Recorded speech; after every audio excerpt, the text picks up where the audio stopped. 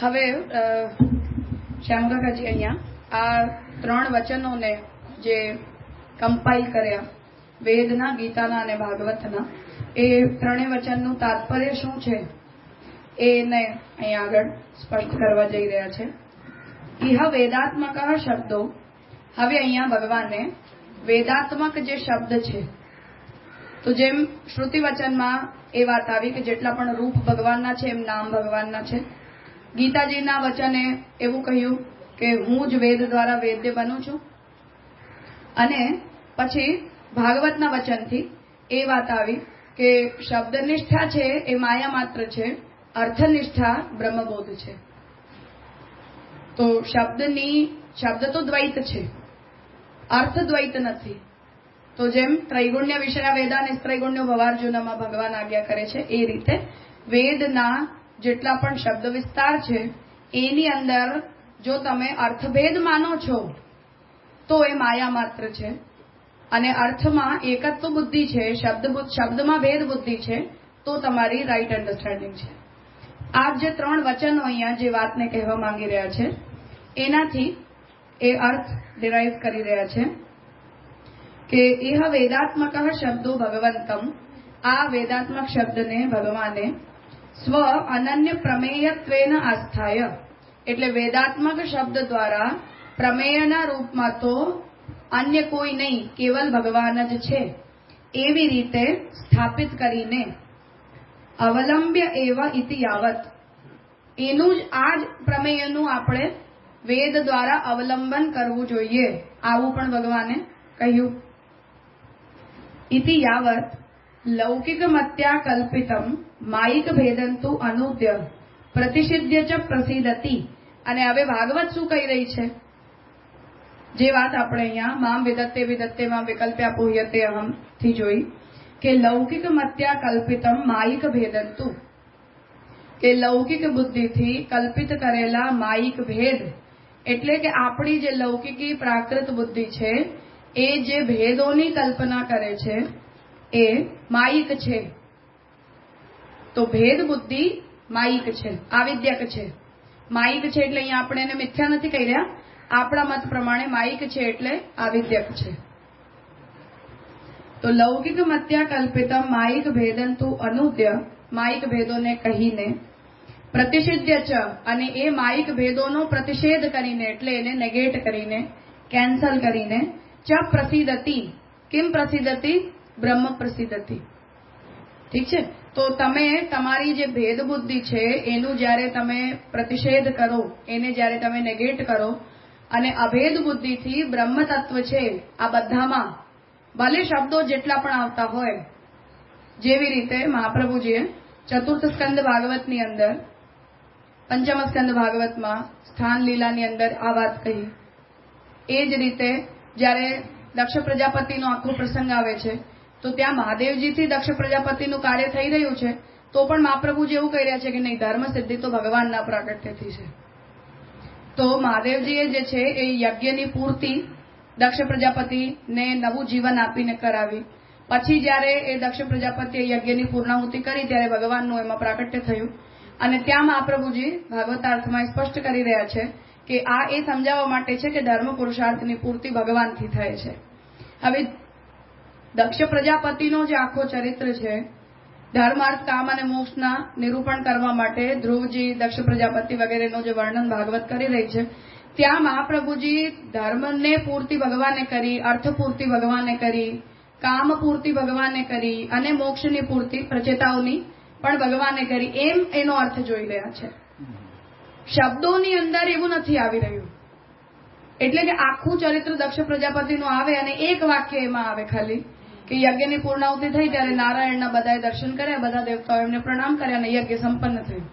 શબ્દ ભેદ આની અંદર કેટલો, શબ્દ વિસ્તાર કેટલો છે કે સ્કંદના 4-5 અધ્યાયોની અંદર આપણને આખું દક્ષ પ્રજાપતિનું ચરિત્ર મળે છે.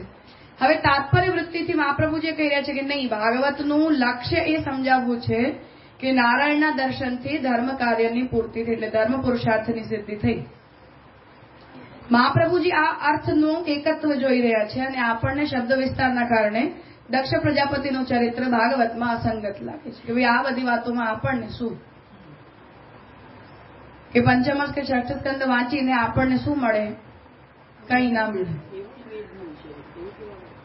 તો જ્યારે તમને એવું લાગી રહ્યું છે, મહાપ્રભુજી તો કહે છે કે આ માયા છે, ઠીક છે, તો શાંકર ન હોવા છતાં પણ તમે માયિક છો, તો એના માટે ખાલી શાંકર હોવું જરૂરી નથી. તો એ વાત કહી રહ્યા છે કે વેદની અંદર જો શબ્દ વિસ્તાર તમને દેખાય છે પણ અર્થૈક્યતા નથી દેખાઈ રહી તમને એમાં, તો ભગવાન એવું કહે છે કે તો પછી તમને વેદ વાંચીને પણ કંઈ મળવાનું નથી, કેમ કે તમને તાત્પર્યના રૂપમાં કંઈ પ્રાપ્ત ના થયું. તમે એવું જ જોયું કે એક વચને આ દેવતાનું નામ કહ્યું, બીજા વચને આ દેવતાનું નામ કહી દીધું, ત્રીજા વચનની અંદર આવું આવી ગયું, ચોથા વચનમાં આવું ગયું, પણ એ ચારે વચન બ્રહ્મ નિરૂપક છે. તો આવી દ્વૈત બુદ્ધિને ભગવાન માયા માત્રમાં નૃત્ય, માયા માત્ર જ જાણવી જોઈએ. અને બ્રહ્મમાં તમારી સ્થિતિ ક્યારે થાય? અંતે પ્રતિષિધ્ય, જ્યારે તમે આ માયા બુદ્ધિનો નિષેધ કરીને એકત્વ બુદ્ધિ ડેવલપ કરો. તો લૌકિક મત્યા કલ્પિતમ માયિક ભેદંતુ અનુદ્ય પ્રતિષિધ્ય ચ, કે લૌકિક બુદ્ધિથી જ માયિક ભેદ બધા કલ્પિત છે આવું જાણીને પહેલા એમનો આપણે પ્રતિષેધ કરવો જોઈએ કે ભેદ બુદ્ધિ ન હોવી જોઈએ. એનો પ્રતિષેધ કરીને જ બ્રહ્મમાં બુદ્ધિની સ્થિરતા આવે છે, એકત્વ બુદ્ધિમાં પ્રસિદ્ધતી ઇતિ ઉક્ત્યા. તો આ વાક્યમાં વેદ, ગીતા અને ભાગવત ત્રણેયના વચનોથી આપણે ડિરાઈવ શું કરવા માંગી રહ્યા છીએ એ વાત ઉપર શ્યામગગાજી આવ્યા. પ્રસિદ્ધતિ ઇતિ ઉક્ત્યા પ્રત્યક્ષ આદિ લૌકિકૈઃ પ્રમાણૈઃ ઘટપટ આદૌવા. પ્રત્યક્ષ, અનુમાન, ઉપમાન વગેરે જેટલા પણ લૌકિક પદાર્થનું જ્ઞાન પ્રાપ્ત કરવા માટેના પ્રમાણ સાધનો છે એના દ્વારા ઘટ, પટ વગેરે જે પણ પદાર્થોનું, લૌકિક પદાર્થોનું આપણને જ્ઞાન થાય છે એ શાસ્ત્રોક્ત કર્મોપાસનાદિ સાધનેષુ. શાસ્ત્રમાં પણ એક સાધન નથી બતાવ્યું, અનેક સાધનો બતાવ્યા છે. તો કર્મનું સાધન હોય, જ્ઞાનનું હોય, ઉપાસનાનું હોય, એ બધા સાધનોમાં પણ તદ ઉપાસ્યાદિ દેવેશુ, અને એ સાધનો દ્વારા શાસ્ત્રે જેનું ઉપાસન બતાવ્યું છે એ બધામાં પણ તદ પ્રસાદાપ્ત લૌકિક અલૌકિક આદિ ફલાદિશુ વા, અને ભગવાનના જ કૃપાથી મળનારા લૌકિક ફલો અને અલૌકિક ફલોમાં પણ. તો ખાલી મોક્ષદાતૃત્વ ભગવાનનું છે એવું નહીં, બધા જ દેવતાઓમાં પણ ફલદાતૃત્વનું સામર્થ્ય ભગવાનથી જ આવે છે. તો તમને ઇન્દ્ર સ્વર્ગ પણ આપે છે તો પણ ભગવત પ્રસાદથી જ મળ્યું છે એ પણ. તો તદ પ્રસાદાપ્તૌ એટલે કે દેવતાઓથી હવે તમને પ્રસાદના રૂપમાં, ફલના રૂપમાં લૌકિક કે અલૌકિક જે કોઈ પણ ફલ પ્રાપ્ત થતું હોય એમાં પણ વા અબ્રહ્માત્મકતા બુદ્ધિજનકો ભેદસ્તુ લૌકિક મત્યા કલ્પિત. તો હવે આ સાધનોમાં જો તમારી અબ્રહ્માત્મક બુદ્ધિ છે, ફલોમાં જો તમારી અબ્રહ્માત્મક બુદ્ધિ છે, દેવતાઓમાં જો તમારી અબ્રહ્માત્મક બુદ્ધિ છે, કર્મ, જ્ઞાન, ઉપાસનામાં જો તમારી અબ્રહ્માત્મક બુદ્ધિ છે, તો લૌકિક આ પ્રકારની જે લૌકિક મતિ છે એમાં આ બધો ભેદ કલ્પિત છે. તમારી લૌકિક બુદ્ધિ ભેદની કેવલ કલ્પના કરી રહી છે. વેદેશુ પ્રતિષેધાર્થમ એવ અનુદ્યતે ન તુ જ્ઞાપ્યતે. તો આ બધા જેટલા પણ ભેદ લૌકિક મતિથી આપણને ભેદરૂપ લાગે છે એ બધા લૌકિક મતિથી કલ્પિત પ્રકારે જ વેદમાં કહેવાયેલા છે. એમનો પ્રતિષેધ પણ વેદે એ જ હેતુથી કર્યું છે, તમને આ માયાવાળા ભેદવાદની અંદર એનું જ્ઞાન કરાવવા માટે વેદનો તાત્પર્ય નથી. અનધિગતાર્થ જ્ઞાપકત્વાત પ્રમાણાનામ, કેમ કે લૌકિક આદિ જેટલા પણ પ્રમાણો છે, એટલે મને પ્રત્યક્ષથી જો એવું દેખાય છે કે ઘટ અને પટ એકબીજાથી અલગ છે, કે મને મારી લૌકિક દ્રષ્ટિથી એવું લાગે છે કે કર્મ માર્ગી અને જ્ઞાન માર્ગી અલગ છે, કે મને મારી લૌકિક મતિથી જો એવું લાગે છે કે સ્વર્ગ પ્રાપ્તિ કરવી અને મોક્ષ પ્રાપ્ત કરવી એ અલગ અલગ ફલો છે, તો આ પ્રકારની અનધિગત અર્થનું જ્ઞાપક કરનારા બધા જ લૌકિક પ્રમાણો હોય છે. અધિગતાર્થનું જ્ઞાપક કરનારા આપણા કોઈ લૌકિક પ્રમાણો નથી હોતા, બધા. તો આપણા જેટલા પણ લૌકિક પ્રમાણો છે એ ક્યારે પણ યોગ્ય અર્થનું જ્ઞાન કરાવી આપવા માટે સામર્થ્યવાન નથી. તો લૌકિક પ્રમાણો દ્વારા એટલે લૌકિક મતિ દ્વારા કેવલ અનધિગત અર્થનો જ બોધ થઈ શકે છે, જેને આપણે ન એક્સેપ્ટ કરવો જોઈએ એવો અર્થ. કહ્યું કે વેદાંતક શબ્દથી ભગવાન જ પકડવાના છે અને ભાગવતથી કે પૂછવું એ છે કે વેદમાં પછી બ્રહ્મ કહીએ આપણે એવું ન કહીને ભગવાન કહ્યું કે જનરલ ટર્મ કે કઈ કઈ જગ્યાએ એવું ઇહ વેદાત્મક આ જે પતી ગયા પછી એવું ઇહ વેદાત્મક શબ્દ ભગવાન સ્વાન્ય પછી આપણે જે ભાગ લૌકિક કલ્પિતમાં ભાગવત કહ્યું એ એટલે આવી રહ્યું છે કેમ કે આ સંગતિ આપણે વેદ, ગીતા અને ભાગવત થી લાવી રહ્યા છીએ. તો બ્રહ્મ, પરમાત્મા અને ભગવાન ત્રણે થયા ને અહીંયા. વેદાત્મક તો ભગવંતમ આવ્યો છે, વેદમાં ભગવાનને આપણે જોવાના. નહીં, એવું નહીં. વેદાત્મક શબ્દો, વેદના જેટલા શબ્દો છે એને ભગવાન તરીકે જાણવાના છે. ભગવંતમ પદ ભાગવત વાક્ય માટે કહી રહ્યા છે કે ભગવાને મામ વિદત્તે અભિદત્તે મામ વિકલ્પ્યા પોયતે અહમ, આમાં જે વાત કહી એ બધા વેદાત્મક શબ્દોની અંદર રહેલી ભેદ બુદ્ધિની માયિકતાનું નિરૂપણ કરવા માટે કહી. તો ભગવંતમ જે છે એ વક્તા છે.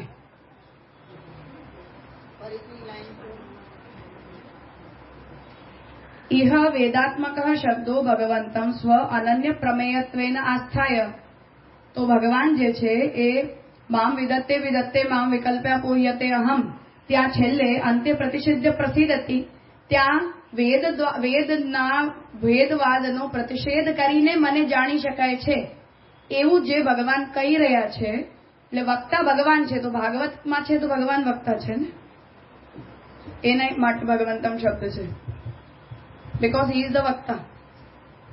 વેદાત્મક શબ્દ કીધું એટલે ભાગવત બી વેદાર્થ કહી રહ્યો છે એ સેન્સમાં લો સમજ. હા, બધા, કેમ કે અહીંયા તો ભગવાને પુરાણ શબ્દ થોડી કહી રહ્યા છે. ભગવાન અહીંયા સર્વ વેદાર્થ શબ્દ માટે જ બોલી રહ્યા છે ને. તો ભગવાનનું જે વાક્ય છે ભાગવતમાં એનાથી વેદાર્થનું જે સ્વરૂપ છે એના વિશેમાં કહેવા માંગે છે. તાત્પર્ય એ જ થયું ને કે દરેકમાં આપણે જેમ તમે આપણે ચોથા સ્વરનું એક્ઝામ્પલ આપ્યું, આપણે બધાને બધામાં ભગવાનને જોવાના છે. દરેક શબ્દ વાક્ય આપણો કૃષ્ણ છે એ જ રીતે અહીંયા જઈ રહ્યો છે ને. હજી તો આપણે ખાલી એટલા પોઈન્ટ ઉપર છીએ કે બધા જ શાસ્ત્રો એક તત્વનું નિરૂપણ કરે છે. એક તત્વ ઇઝ ઇક્વલ ટુ કૃષ્ણ લેવાનું છેલ્લે કરશું એના ઉપર, પણ અત્યારે બધું જ એક માટે છે. હવે એક કોણ છે it is the next thought, પણ આ બધું એક તત્વ માટે થઈ રહ્યું છે. અનેક તત્વોનું એક્સપ્લેનેશન શાસ્ત્ર નથી કરી રહ્યા. એ પોઈન્ટને આપણે સિદ્ધ કરવા માંગી રહ્યા છીએ. કેમ કે આપણી નીતિ આની અંદર યદ્યપી આપણે ઊંચું નીચું ભેદ જોઈ રહ્યા છીએ કે તમે બરાબર ના સમજ્યા, તમે બરાબર ના સમજ્યા, પણ કોઈ વ્યક્તિ જો પોતાના દેવની અંદર પરબ્રહ્મ બુદ્ધિ કરે છે તો મહાપ્રભુજી એની અધિકાર પ્રમાણે સ્ટાન્ડર્ડમાં એને એપ્રિશિએટ જ કરી રહ્યા છે. તો વેદની અંદર નિરૂપિત જે બ્રહ્મતત્વ છે એ તમારા માટે તત્તદ રૂપોમાં પ્રકટ થાય છે. ભલે વેદમાં જેનું પણ નામ કહ્યું, પણ મને જો એમાંથી કોઈ એક રૂપમાં બ્રહ્મ સમજાઈ રહ્યો છે તો ઇટ મીન્સ કે ભગવાન તમને એ જ રૂપથી ફલદાન કરવા માંગે છે. તો ભલે અનેક રૂપોમાં આપણે કૃષ્ણ રૂપને સર્વોત્તમ માની રહ્યા છીએ અને માનવા માંગી રહ્યા છીએ, સિદ્ધ પણ એ જ કરવા માંગી રહ્યા છીએ, પણ જો કોઈ વ્યક્તિ અન્યમાં પણ એવી બુદ્ધિ રાખે છે એકત્વની બુદ્ધિ, તો મહાપ્રભુજીને એનાથી કોઈ મેજર પ્રોબ્લેમ નથી. તો યત્યદ વપુઃ તત્તદ વપુઃ પ્રણયસે માં ભગવાન સદનુગ્રહાય, એમાં આપણે એ વપુનો જે ભેદ છે એ સદનુગ્રહાય જ માની રહ્યા છીએ. એટલે તો વેદેશુ પ્રતિષેધાર્થમ એવા અનુદ્યતે ન તો જ્ઞાપ્યતે. તો વેદની અંદર આ ભેદનો પ્રતિષેધ કરવું વેદનું તાત્પર્ય છે, ભેદનું જ્ઞાન કરાવવું આ વેદનું તાત્પર્ય નથી. અનધિગતાર્થ જ્ઞાપકત્વાત પ્રમાણાનામ, કેમ કે આપણા લૌકિક જેટલા પણ પ્રમાણો છે એની અંદર અભેદનું જ્ઞાન પ્રાપ્ત કરાવવાની યોગ્યતા નથી. તસ્માદ એવ તાદૃશમ એવ ભેદમ વેદાત્મક શબ્દ પ્રતિષેધતી. એટલે જ આપણા લૌકિક પ્રમાણો દ્વારા આપણને જેવું ભેદ સમજાયું એ પ્રકારના ભેદનો પ્રતિષેધ જ વેદાત્મક શબ્દો દ્વારા થાય છે. કે તમે કેમ કે વેદને પણ તમે પ્રોસેસ તો પોતાની જ બુદ્ધિથી કરશો ને. આપણે પોતાની જ બુદ્ધિ દ્વારા વેદને પ્રોસેસ કરીએ છીએ. હવે આપણી બુદ્ધિની કેપેસિટી બહારની વાત છે એવું અદ્વૈત બોધ લાવવો. એટલે વેદ ભેદનું નિરૂપણ કરીને પછી છેલ્લે એનો પ્રતિષેધ કરતો જાય છે કે નહીં, આવું નહીં. એના કારણે મહાપ્રભુજીએ યતો વાચો નિવર્તન્તે અપ્રાપ્ય મનસા સહ આ બધા વચનોની વ્યાખ્યા એ જ રીતે કરી છે.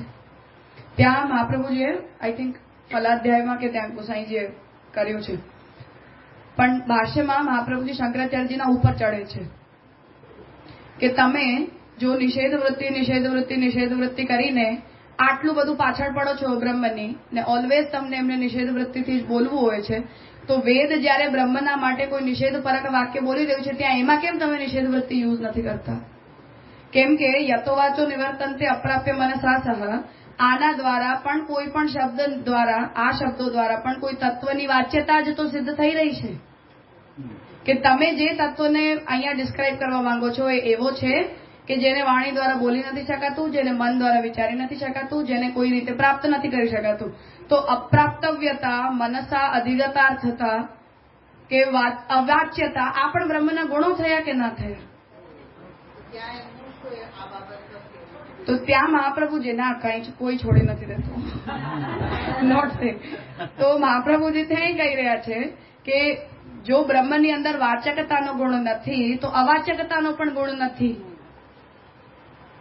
જો બ્રહ્મની અંદર મનસા અધિગમ્યતાનો ગુણ નથી તો મનસા અનધિગમ્યતાનો પણ ગુણ બ્રહ્મમાં નથી.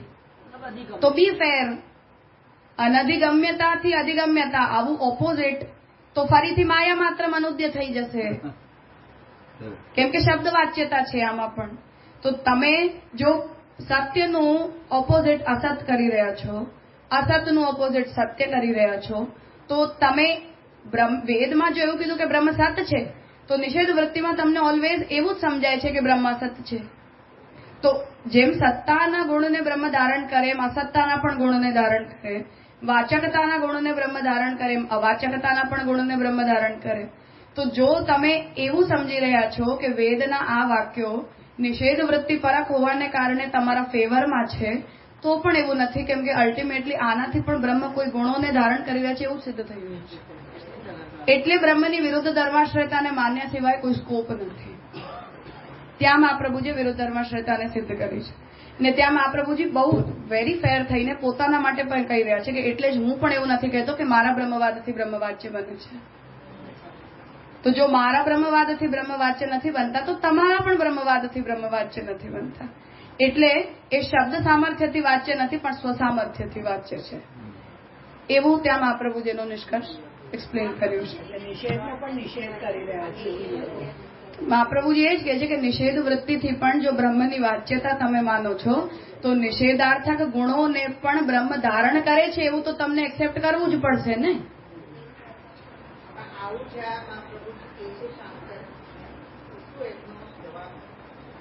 શંકરાચાર્યજી તો એને પણ રિસ્પોન્ડ કરી દે છે.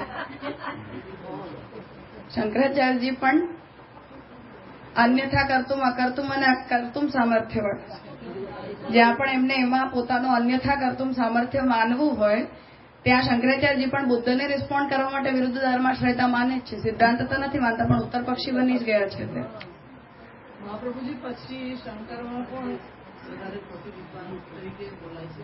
ઘણા બધા થયા. કરપાત્રી મહારાજ પણ થયા અને શૃંગેરીની શંકરપીઠમાં તો જેટલા પણ લોકો થયા એ લોકો બધા એકથી એક મૂર્ધન્ય આચાર્ય છે અદ્યાવધિ આજે સુધી પણ. शंकराचार्य ना थोड़ी केवल श्रुति में, क्योंकि नहीं केवल जीव कल्पित है तो जीवरा स्तर पर तो वो नहीं गिनियो जावेला, ब्रह्म तो शुद्ध है सब. प्रॉब्लम वो रही है कि જ્યારે શંકરાચાર્યજી એવું કહી રહ્યા છે કે બ્રહ્મ નિષેધ વૃત્તિ દ્વારા વાચ્ય બની જાય છે તો આ વાક્યની અંદર પણ નિષેધ વૃત્તિ પરકતાનો સ્વીકાર તો બ્રહ્મમાં થઈ ગયો ને. નિષેધ વૃત્તિ પરક ગુણત્વને બ્રહ્મ ધારણ કરી લે છે, આવું તો તમે ઇનડિરેક્ટલી કમિટ કર્યું. તો જો તમે એક ગુણને કમિટ કરી શકો છો, પછી તો અનંત ગુણોને કમિટ કરવામાં તો પછી કોઈ પ્રશ્ન જ નથી બચતો ને. નહીં, એવું નહીં. બ્રહ્મની અંદર નિષેધાર્થક પદો દ્વારા વાચ્ય બનવાની કેપેસિટી સિદ્ધ થઈ. વિધિપરક વાક્યોથી વાચ્ય બનવાની કેપેસિટીનો ખંડન તમે કરવા ગયા તો નિષેધપરક વાક્યો દ્વારા વાચ્યતાનો ગુણ બ્રહ્મ ધારણ કરી લીધો. તો એક ગુણ બ્રહ્મમાં આવી ગયો કે નિષેધ વૃત્તિથી વાચ્ય છે. હવે જો એક ગુણથી તમારો નિર્ગુણ બ્રહ્મ ન બગડતો હોય તો 1000 ગુણોથી શું કામ બગડી જશે?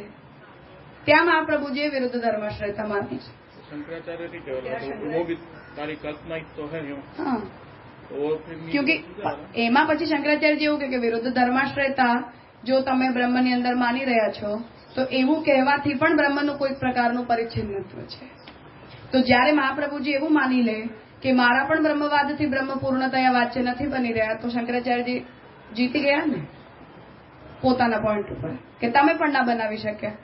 તો એવું તો હું પણ નથી ક્લેમ કરતો કે હું બનાવી શક્યો. તો બંને પોતપોતાની જગ્યા ઉપર કર્યા કરો જેને જે કરવું છે, એવું એનું રિઝોલ્યુશન થાય. તો મહાપ્રભુજીના ભાષ્યને સીધું નથી કોઈ રિસ્પોન્ડ કર્યું, પણ મહાપ્રભુજીએ શંકરાચાર્યજીને આ પોઈન્ટ ઉપર આ રીતે જવાબ આપ્યો છે. अपने ऐसा विचार रहे हम तो वो हिसाब से तो बस હા, शंकराचार्य लोग भी लग रहे हैं.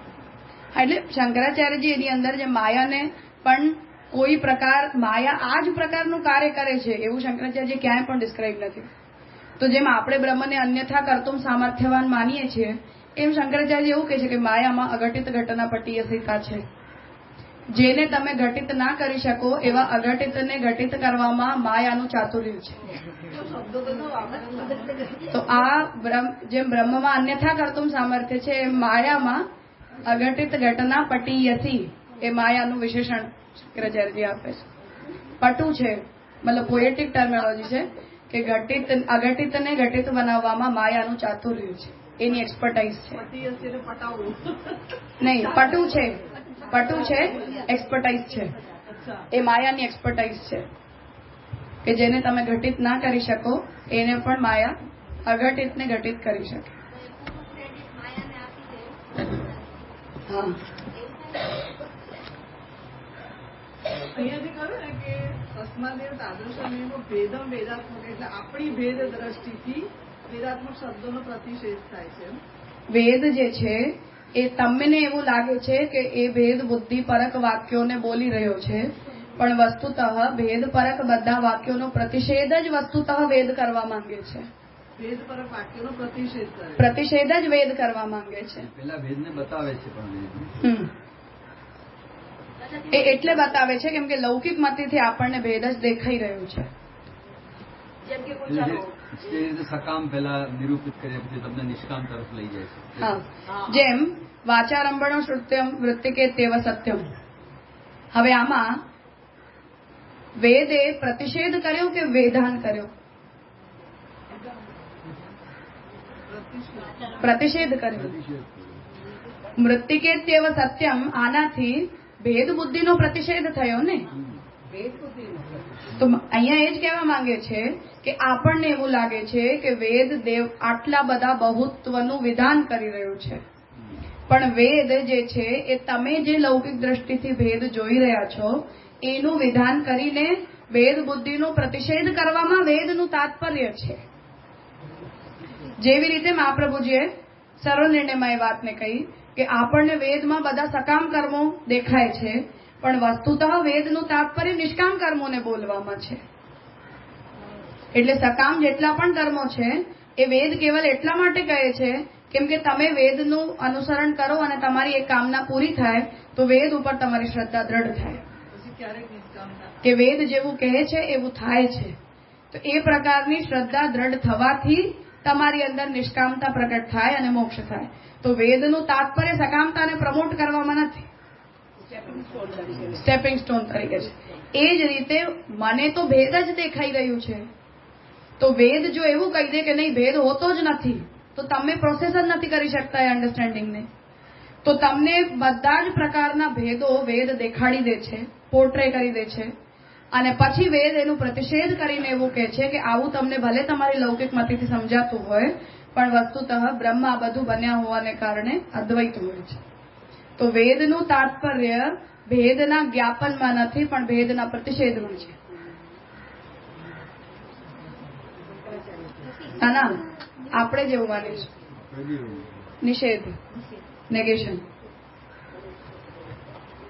તો તસ્માદેવ તાદર્શમેવ ભેદમ વેદાત્મક શબ્દ પ્રતિષેધતી. એટલે જ વેદમાં બધા દેવોની ઉપાસના બતાવી છે ને એના ફળ બતાવ્યા છે, બરાબર. પણ ચલો કોઈ શંકરની ઉપાસના નિષ્કામ ભાવથી કરે, બરાબર, જે શંકરનો ભક્ત છે, નિષ્કામ ભાવથી કોઈ ઉપાસના કરી તો એને શિવની પ્રાપ્તિ થઈ જશે. પછી એમાં શું અભેદ આવ્યો એ આપણે વિચારીએ તો કેવી રીતે વિચાર? તો શિવની પરબ્રહ્મ બુદ્ધિથી ઉપાસના કરે એ મહાદેવજી તો ભગવાનની વિભૂતિ છે, આદિદૈવિક શિવ છે. તો આદિદૈવિક શિવને જો એણે પ્રાપ્ત કર્યું તો એણે એ સ્કેલ ઉપર ફલ પ્રાપ્ત કર્યો ને, જેમાં મહાદેવજી ભગવત વિભૂતિ હોવાને કારણે ઈશ્વર કોટીમાં છે.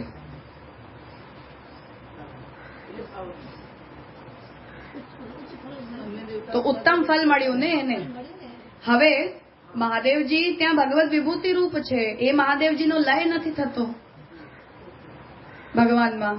પણ એને તો એવું માન્યું નથી ને કે આ મહાદેવ એ ભગવાનની વિભૂતિ છે, એ એમ સમજે છે કે મહાદેવ એ પરબ્રહ્મ. તો મહાપ્રભુજી એનું ફલ બતાવી રહ્યા છે, એની ઉત્તમતા એ બુદ્ધિની બતાવી રહ્યા છે કે જે વ્યક્તિ મહાદેવજીનું ઉપાસન દેવ બુદ્ધિથી કરે છે એને તો કૈલાશ લોકની પ્રાપ્તિ થાય છે, અને એ કૈલાશ લોક જ્યારે પ્રલય વખતે નષ્ટ થાય ત્યારે એની મુક્તિ પણ એની અંદર ખતમ થઈ જાય છે. એટલે એની ફલાનુભૂતિ એમાં ખતમ થઈ જાય છે. એનો મતલબ એવો નથી કે પૃથ્વીમાં પાછો આવશે, પણ તમે તો કૈલાશના ફલની અનુભૂતિ માટે ત્યાં ગયા હતા. હવે કૈલાશનું લય થયો ત્યારે તમારો પણ લય થઈ ગયો, તો એ અનુભૂતિ તમારી ખતમ થઈ ગઈ. એવું જે જીવ મહાદેવજીની માં દેવ બુદ્ધિ ન રાખીને પરબ્રહ્મ બુદ્ધિ રાખે છે એની સાથે આવું નથી થતું. એ જીવ ભગવત વિભૂતિ રૂપ આદિદૈવિક સ્વરૂપથી મહાદેવજીના સ્વરૂપમાં ફલ પ્રાપ્ત કરે છે, જે મહાદેવજી ભગવાનની અવતાર છે. ભલે એ ના સમજતો હોય કે આ ભગવાનની વિભૂતિ છે, આપણે એના ફલની ઉત્તમતા કન્સિડર કરી રહ્યા છીએ. હા, ઇક્વેલન્ટ ટુ અક્ષર બ્રહ્મ. જે થાય સાલોક્ય સાષ્ટી વગેરે બધું જ થઈ શકે. કૈલાશ પણ ભૌતિક, આધ્યાત્મિક, આદિદૈવિક ત્રણે રૂપથી છે. એકાત્મતા એવી રીતે થઈ કે ભલે એને શિવનું પરબ્રહ્મ તરીકે ભજન કરીને ઈશ્વર કોટીના દેવને પ્રાપ્ત કર્યા, પણ આપણે એમ સમજીએ છીએ કે એને ભગવાનની વિભૂતિમાં. હા, તો દેવ બુદ્ધિથી જે ભજન કરશે એના કરતા તો આનું ફલ ઉત્તમ છે. વિભૂતિ તરીકે નહીં ને, મહાદેવજી જે છે એ ભગવત વિભૂતિ હોવાને કારણે આદિદૈવિકત્વ છે એમનું, ભગવદ અવતાર છે સાક્ષાત. તો સાક્ષાત ભગવદ અવતારત્વના કારણે દેવબુદ્ધિથી કરનારા કરતા આના ફલની મહત્તમતા થઈ, શ્રેષ્ઠતા થઈ. જેના કારણે બાલબોધમાં મહાપ્રભુજી તત્ત દેવતા માટે તદાશ્રય અને તદીયતા રાખવાની આજ્ઞા આપી રહ્યા છે. તો એ તદાશ્રય અને તદીયતા એટલે જ કહેવાય રહી છે કેમ કે તમે પરબ્રહ્મ બુદ્ધિથી ભજન કરવાનું માનવું છે. અને વેદ એને ભગવાનની વિભૂતિ પ્રમાણે ફલ આપે છે. હા, ભગવાન એને એ રૂપથી ફલિત થાય છે. ભગવાન એને એ રૂપથી ફલિત થાય. ભગવાન એને આ રૂપમાં ફલિત થયા. એને ભલે એ વિચારતો હોય કે ના વિચારતો હોય, એ ભલે ના વિચારે. હા, એ જ મારે પૂછવાનું. એ કૃષ્ણની વિભૂતિ મહાદેવજી છે એવું ના વિચારે, ડેફિનેટલી ના વિચારે. પણ એની એ ફલની ઉત્તમતા મહાપ્રભુજી બતાવી રહ્યા છે કે દેવ બુદ્ધિ રાખનારાઓ કરતા અને અન્ય પ્રકારના મોક્ષને પ્રાપ્ત કરનારાઓ કરતા આ પ્રકારનું ફલ પ્રાપ્ત કરે એ એના જ્ઞાનની ઉત્તમતા છે, એની અન્ડરસ્ટેન્ડિંગની ઉત્તમતા છે. એટલે એકાગ્રતા આવી રીતે જોવાની. આ એક પ્રોબ્લેમ એ ક્રિએટ થઈ, કોને આ ખબર હોય આ વાત? એટલે આપણે એ જ કહેવા માંગી રહ્યા છીએ કે ભગવાન જ એને એ રૂપમાં મળ્યા છે. જેના માટે હમણાં હું એક પેઇન્ટિંગ બનાવ્યું જેની અંદર ઠાકોરજી જે છે એ હનુમાનજીને રામચંદ્રજીનું સ્વરૂપ આપી રહ્યા છે. તો તત્ત વપુઃ પ્રણયથી સદનુગ્રહાય એ બુદ્ધિથી એણે પેઇન્ટિંગ બનાવી છે. જેમ તુલસીદાસજી જયારે વૃંદાવન આવ્યા અને એમણે ઠાકોરજીના દર્શન કર્યા, તો એમણે કહ્યું કે તમે ધનુષબાણ હાથમાં લ્યો ને તો જ મારું મસ્તક નમે તમારી સામે. તો એ તુલસીદાસજી જે સ્થાન ઉપર રહ્યા, જ્યાં મીરાબાઈ અને તુલસીદાસજી મળ્યા હતા, એ સ્થાનમાં જે ઠાકોરજીનું સ્વરૂપ છે એ મદન મોહનજી છે, પણ નિત્ય ધનુષબાણ ધરે છે. એવું જ મહાપ્રભુજીએ પણ તુલસીદાસજીને જ કહ્યું કે કૃષ્ણના પદ ગાનારા મારી પાસે ઘણા છે, પણ તમારા જેવા રામચંદ્રજીના પદ બીજું કોઈ નહીં ગાય. એટલે તમે મને કૃષ્ણના પદ ના સંભળાવો, મને રામના પદ સંભળાવો. એટલે આપણે તુલસીદાસજીના કીર્તનો ગાઈએ છીએ રામનવમીના દિવસે. એ પરબ્રહ્મ બુદ્ધિ છે ને. આપણા હિસાબે રામચંદ્રજી જે છે એ ઠાકોરજીનું રૂપ છે, પણ મહાપ્રભુજી ત્યાં તુલસીદાસજીને એવું નથી કહી રહ્યા કે રામ કૃષ્ણનું રૂપ છે. તુલસીદાસજીને એવું કહી રહ્યા છે કે રામ જ પરબ્રહ્મ છે. તો ભગવાન એ જીવને રામચંદ્રજીના રૂપથી જ ફલદાન કરવા માંગે છે. એ જ રીતે શિવભક્તને ઠાકોરજી મહાદેવજીના રૂપથી જ ફલદાન કરવા માંગે છે. એવી આપણી અન્ડરસ્ટેન્ડિંગ હોવી જોઈએ કે એ જીવને કૃષ્ણે જ આ ફલ આપ્યું અને ભગવાન મહાદેવજીના રૂપમાં થઈને આને ફલિત થયા, કેમ કે એને ભગવાનને આ રૂપમાં જોવા માંગ્યા. નથી કરતા વ્યાપક. હા, સોરી. જે પ્રીતિબેને કીધું કે વિભૂતિ રૂપથી ફળ આપશે, તો વિભૂતિ રૂપે ને પૂર્ણ ઈશ્વર અને જે રીતે પૂર્ણ પુરુષોત્તમ રૂપે જ આપશે. નહીં, પુરુષોત્તમ રૂપથી તો કૃષ્ણ ફલ છે ને. નહીં, પણ એ શિવના ભક્ત હશે અને શિવને એ રીતે કરશે તો એ પોતે એની દ્રષ્ટિથી, આપણી દ્રષ્ટિથી એ આપણી દ્રષ્ટિથી પૂછે છે. એની દ્રષ્ટિથી તો શિવ પરબ્રહ્મ જ છે, પણ એકાથતા તો પછી અહીંયા જે કહ્યું એ કેવી રીતે?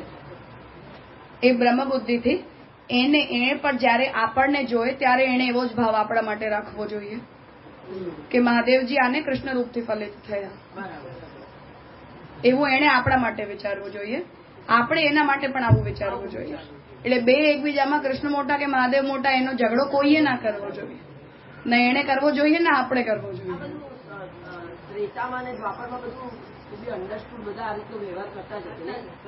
આ બધો આગ આપણી વચ્ચે બહારવાળા લોકોએ આવીને લગાડી છે. આપણે કોઈ દિવસ આવા હતા જ નહીં, કેમ કે આનુવંશિક થોટ છે આપણી અંદર. આ બધા જ પેદાઈશી વિચારો છે આપણી અંદર. આ બધા આપણે કોઈ દિવસ એવા હતા જ નહીં. જો કે દરેક સમયે એ પ્રકારના આસુરી બુદ્ધિવાળા લોકો થોડી ઘણી સંખ્યામાં હોય જ, પણ આ ધર્મ ઉપર આક્ષેપ કરવાનો કે આ રીતે એને મોડિફાઈ કરવાના આવા બધા દુર્વિચારો, રાક્ષસી વિચારો આપણી જનતાને લોટમાં કોઈ દિવસ નથી આવતા. અલ્પસંખ્યકો તો દર કાલ સતયુગમાં પણ હોય ને, દ્વાપરમાં હોય ને, ત્રેતામાં હોય. તે તો દુર્યોધન ને રાક્ષસો ને બધા એવા જ ટાઈમમાં પેદા થયા જ છે, એનો કોઈ પ્રશ્ન નથી. પણ આવો માસ પોપ્યુલેશન આટલી દુર્બુદ્ધિવાળી નથી. એ બધા સાફ થઈને બધા આસુરીઓ કલયુગમાં ભેગા થઈ ગયા છે. ત્યાંથી બચતા બધા અહીંયા કચરો કલયુગમાં આવીને એકઠો થઈ ગયો છે. એટલે લોટમાં આપણને આસુરીઓ જ આસુરીઓ દેખાય ચારે બાજુ. કોઈ દિવસ કોઈ એ વૃત્તિ જ આપણે ત્યાંની નથી, એ અન્ડરસ્ટેન્ડિંગ જ આપણે ત્યાંની નથી. બધાના વાદને બી એક્સેપ્ટ કરે છે. અનધિકતા જ્ઞાપક તર્કના પછી પ્રમાણાનામ કેમ કહ્યું? કયા પ્રમાણ? લૌકિક પ્રમાણાનું.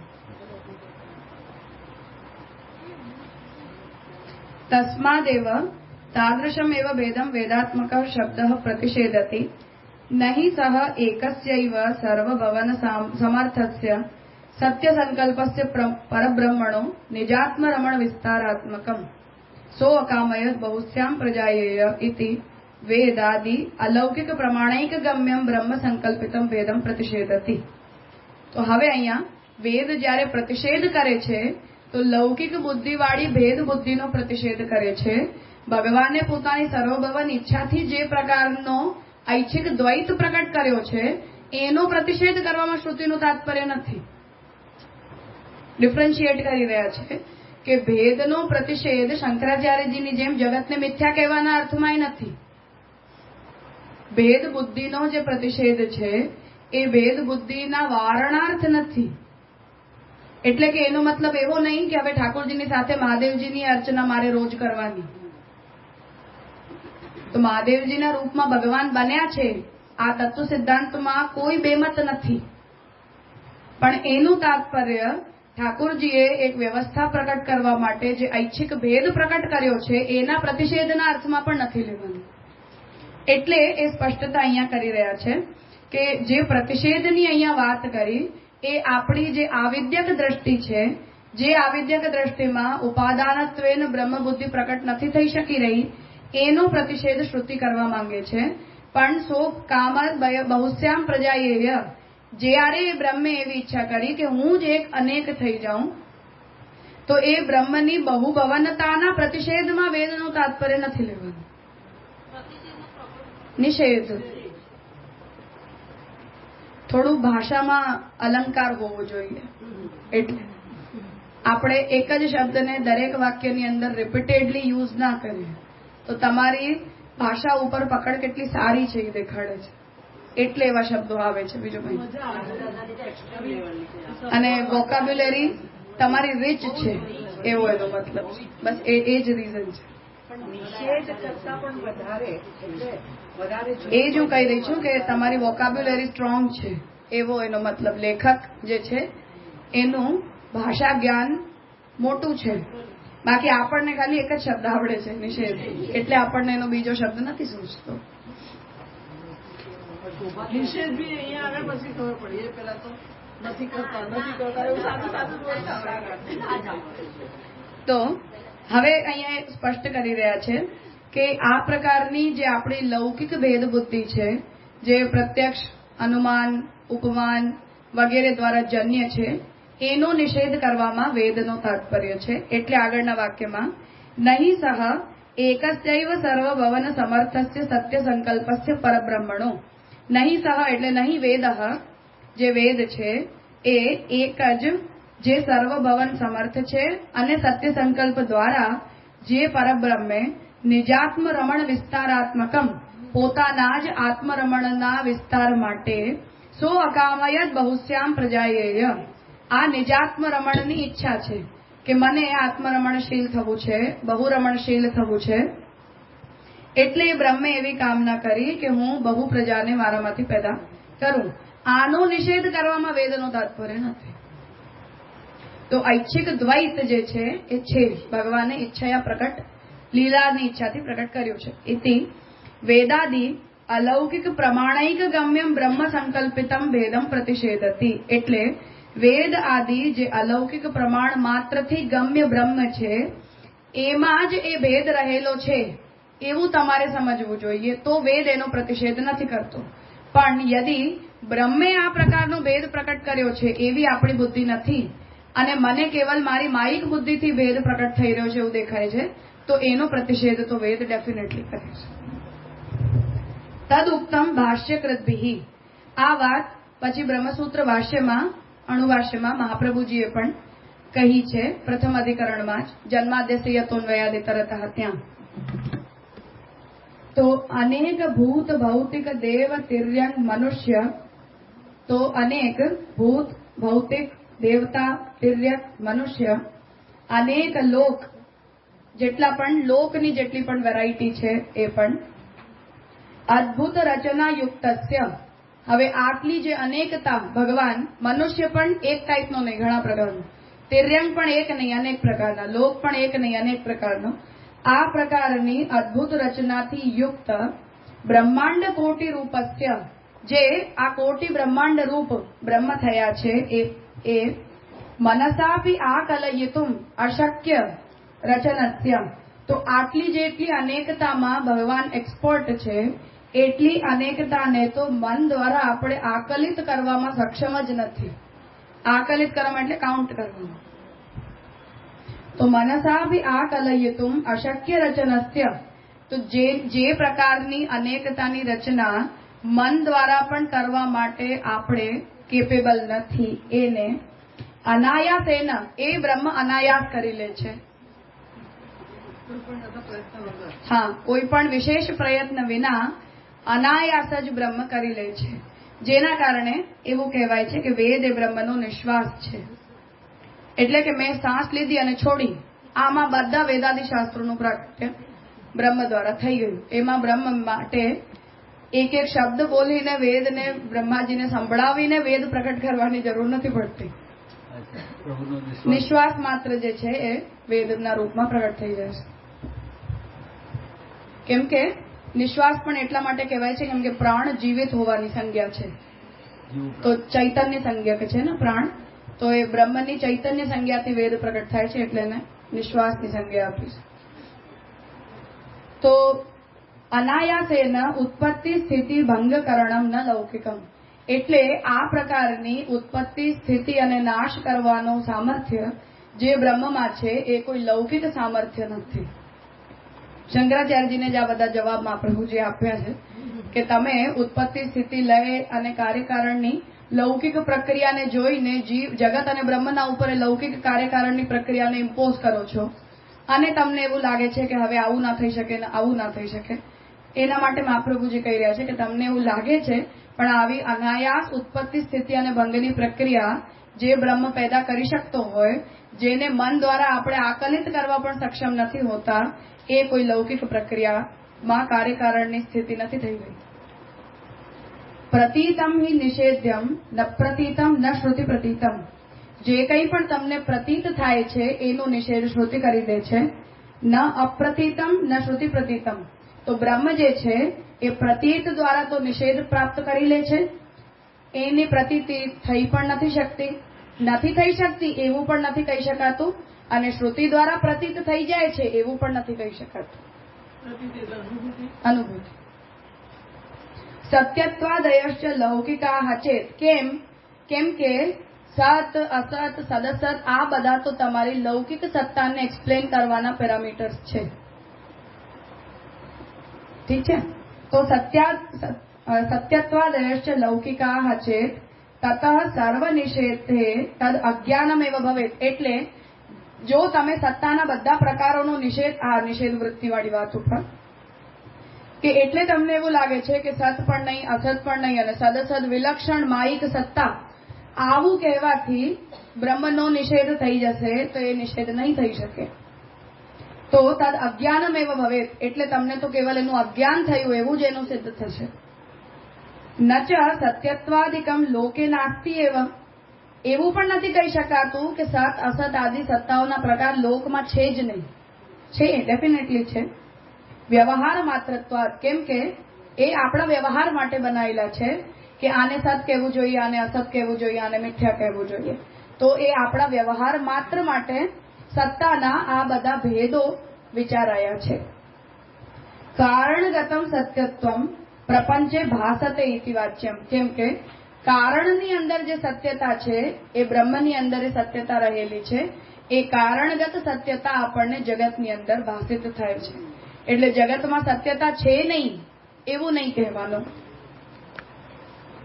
તરહી બ્રહ્મની સત્તા, તરહી ઉત્પત્તિ સ્થિતિ ભંગ કર્તૃત્વમ તથા કુતો ન અંગીક્રિયતે, એટલે બ્રહ્મ જે છે એ જગતની ઉત્પત્તિ સ્થિતિ અને ભંગનો કર્તા છે એવું તમે કેમ નથી સ્વીકારતા? આ મહાપ્રભુજીની રિમાર્ક છે.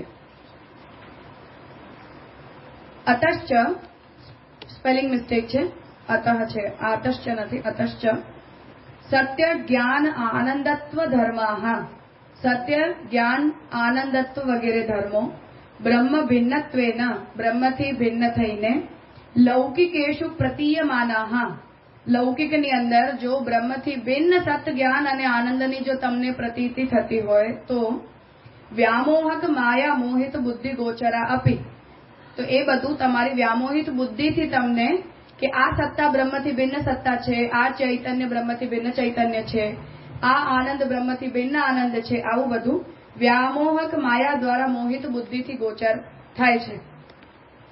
ગોચરા અપી યદા સચ્ચિદાનંદ બ્રહ્મોપાદાનકેશુ જ્ઞાનમયેશુ નામ રૂપ કર્મવત્સુ વસ્તુષુ, તો જ્યારે આ બધા જે લૌકિક બુદ્ધિથી તમને બ્રહ્મ થી અલગ દેખાઈ રહ્યા છે સચ્ચિત અને આનંદ એ ત્રણે જ્યારે સચ્ચિદાનંદ બ્રહ્મોપાદાન કેશુ જ્ઞાય માનેશું તો જ્યારે તમને એનું એવું જ્ઞાન થાય કે આ સચ્ચિદાનંદ તો બ્રહ્મના જ ઉપાદાનત્વ છે, એટલે બ્રહ્મના ઉપાદાનત્વથી જ જગતમાં સચ્ચિદ અને આનંદ દેખાય છે, એવો જ્યારે જ્ઞાન પ્રાપ્ત થઈ જાય ત્યારે નામ રૂપ કર્મ વસ્તુ શું, ત્યારે નામ રૂપ અને કર્મવાન બધી જ વસ્તુઓમાં બ્રહ્માંશત્વેન અવબુદ્ધ્યતે.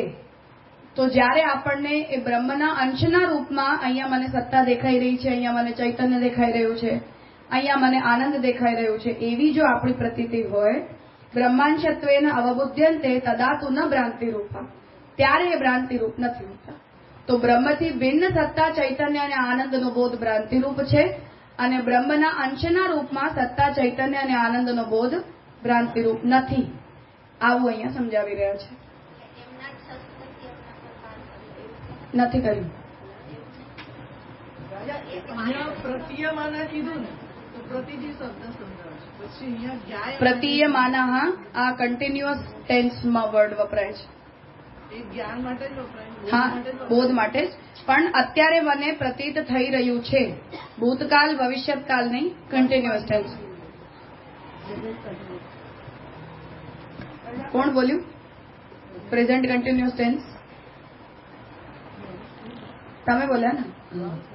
ના, મને સ્કૂલ યાદ આવી. Continuous tense is incomplete. Present continuous tense બરાબર.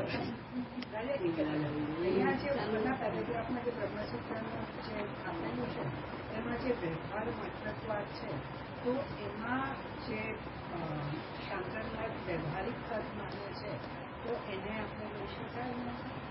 આપણા મતમાં એને આપણે એવી રીતે નહીં લઈએ. એમને રિસ્પોન્ડ કરવા આપણે એવું જરૂર કહી શકીએ. હા, કે મિથ્યા કયા છતાં પણ તમને વ્યાવહારિક સત્તા માનવી પડે છે.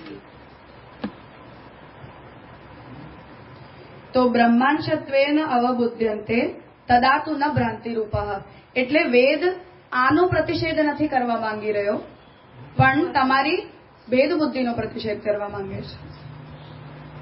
અતએવ યૈહિ અસ્તિ ભાતિ પ્રિયમ રૂપમ નામ ચ ઇતિ અંશ પંચકમ આદ્યત્રયમ બ્રહ્મ રૂપમ માયિકંતુ તતોદ્વયમ ઇતિ ઉચ્યતે. તેપી નૂનમ અસ્માકં પ્રતિબોધયિતુમ ઇષ્ટાઃ યદ ઇયમ હિ માયા ભગવતઃ સર્વભવન સામર્થ્યાનુગુણ અપ્રતિહત સંકલ્પાનુકૂલ પ્રજ્ઞા રૂપૈવ ઇતિ. તો આ નિઘંટુ વેદની જે ડિક્શનરી છે એની અંદર આ ડેફિનેશન અપાયેલી છે, એટલે સિનોનિમ્સ અપાયેલા છે. અસ્તિ ભાતિ પ્રિયમ રૂપમ, આ છે, આ હોય એવું લાગે છે, એટલે કે અનશ્યોર અન્ડરસ્ટેન્ડિંગ. ભાતિ, અસ્થિ અને ભાતિમાં એટલો ફરક છે. અસ્થિમાં તમને કન્ફર્મ છે કે આ છે, ભાતિમાં એવું લાગે છે કે છે, તમને ખબર નથી કે છે કે નહીં 100%. તો ભાતિ પ્રિયમ, મને પ્રિય લાગે છે, આ રૂપ છે એવું લાગે છે, નામ છે એવું લાગે છે. ઇતિ અંશ પંચકમ, આ જે પાંચે અંશો છે એ બધા આદ્યત્રયમ બ્રહ્મ રૂપમ, એટલે અસ્થિ, ભાતિ અને પ્રિયમ આ ત્રણ બ્રહ્મ રૂપ છે. અસ્થિ સત, ભાતિ ચૈતન્ય, પ્રિયમ આનંદ. તો આદ્યત્રયમ બ્રહ્મ રૂપમ, આ ત્રણે આદ્યત્રય બ્રહ્મરૂપ છે. માયિકંતુ તત્વદ્વયમ, રૂપ અને નામ માયિક છે. આમાં પણ ફરી દ્વૈત બુદ્ધિના કારણે માયિક છે, અદ્વૈત બુદ્ધિ હોય તો સત્ય છે. તો માયિકંતુ તત્વદ્વયમ ઇતિ ઉચ્યતે. તેપી, હવે આમાં કોઈ પૂર્વ પક્ષ લઈને આવે આને કે અસ્થિ, ભાતિ અને પ્રિયતા આ સત્ય છે, રૂપ અને નામ મિથ્યા છે. કોણ કહી રહ્યું છે? વેદ અને ડિક્શનરી.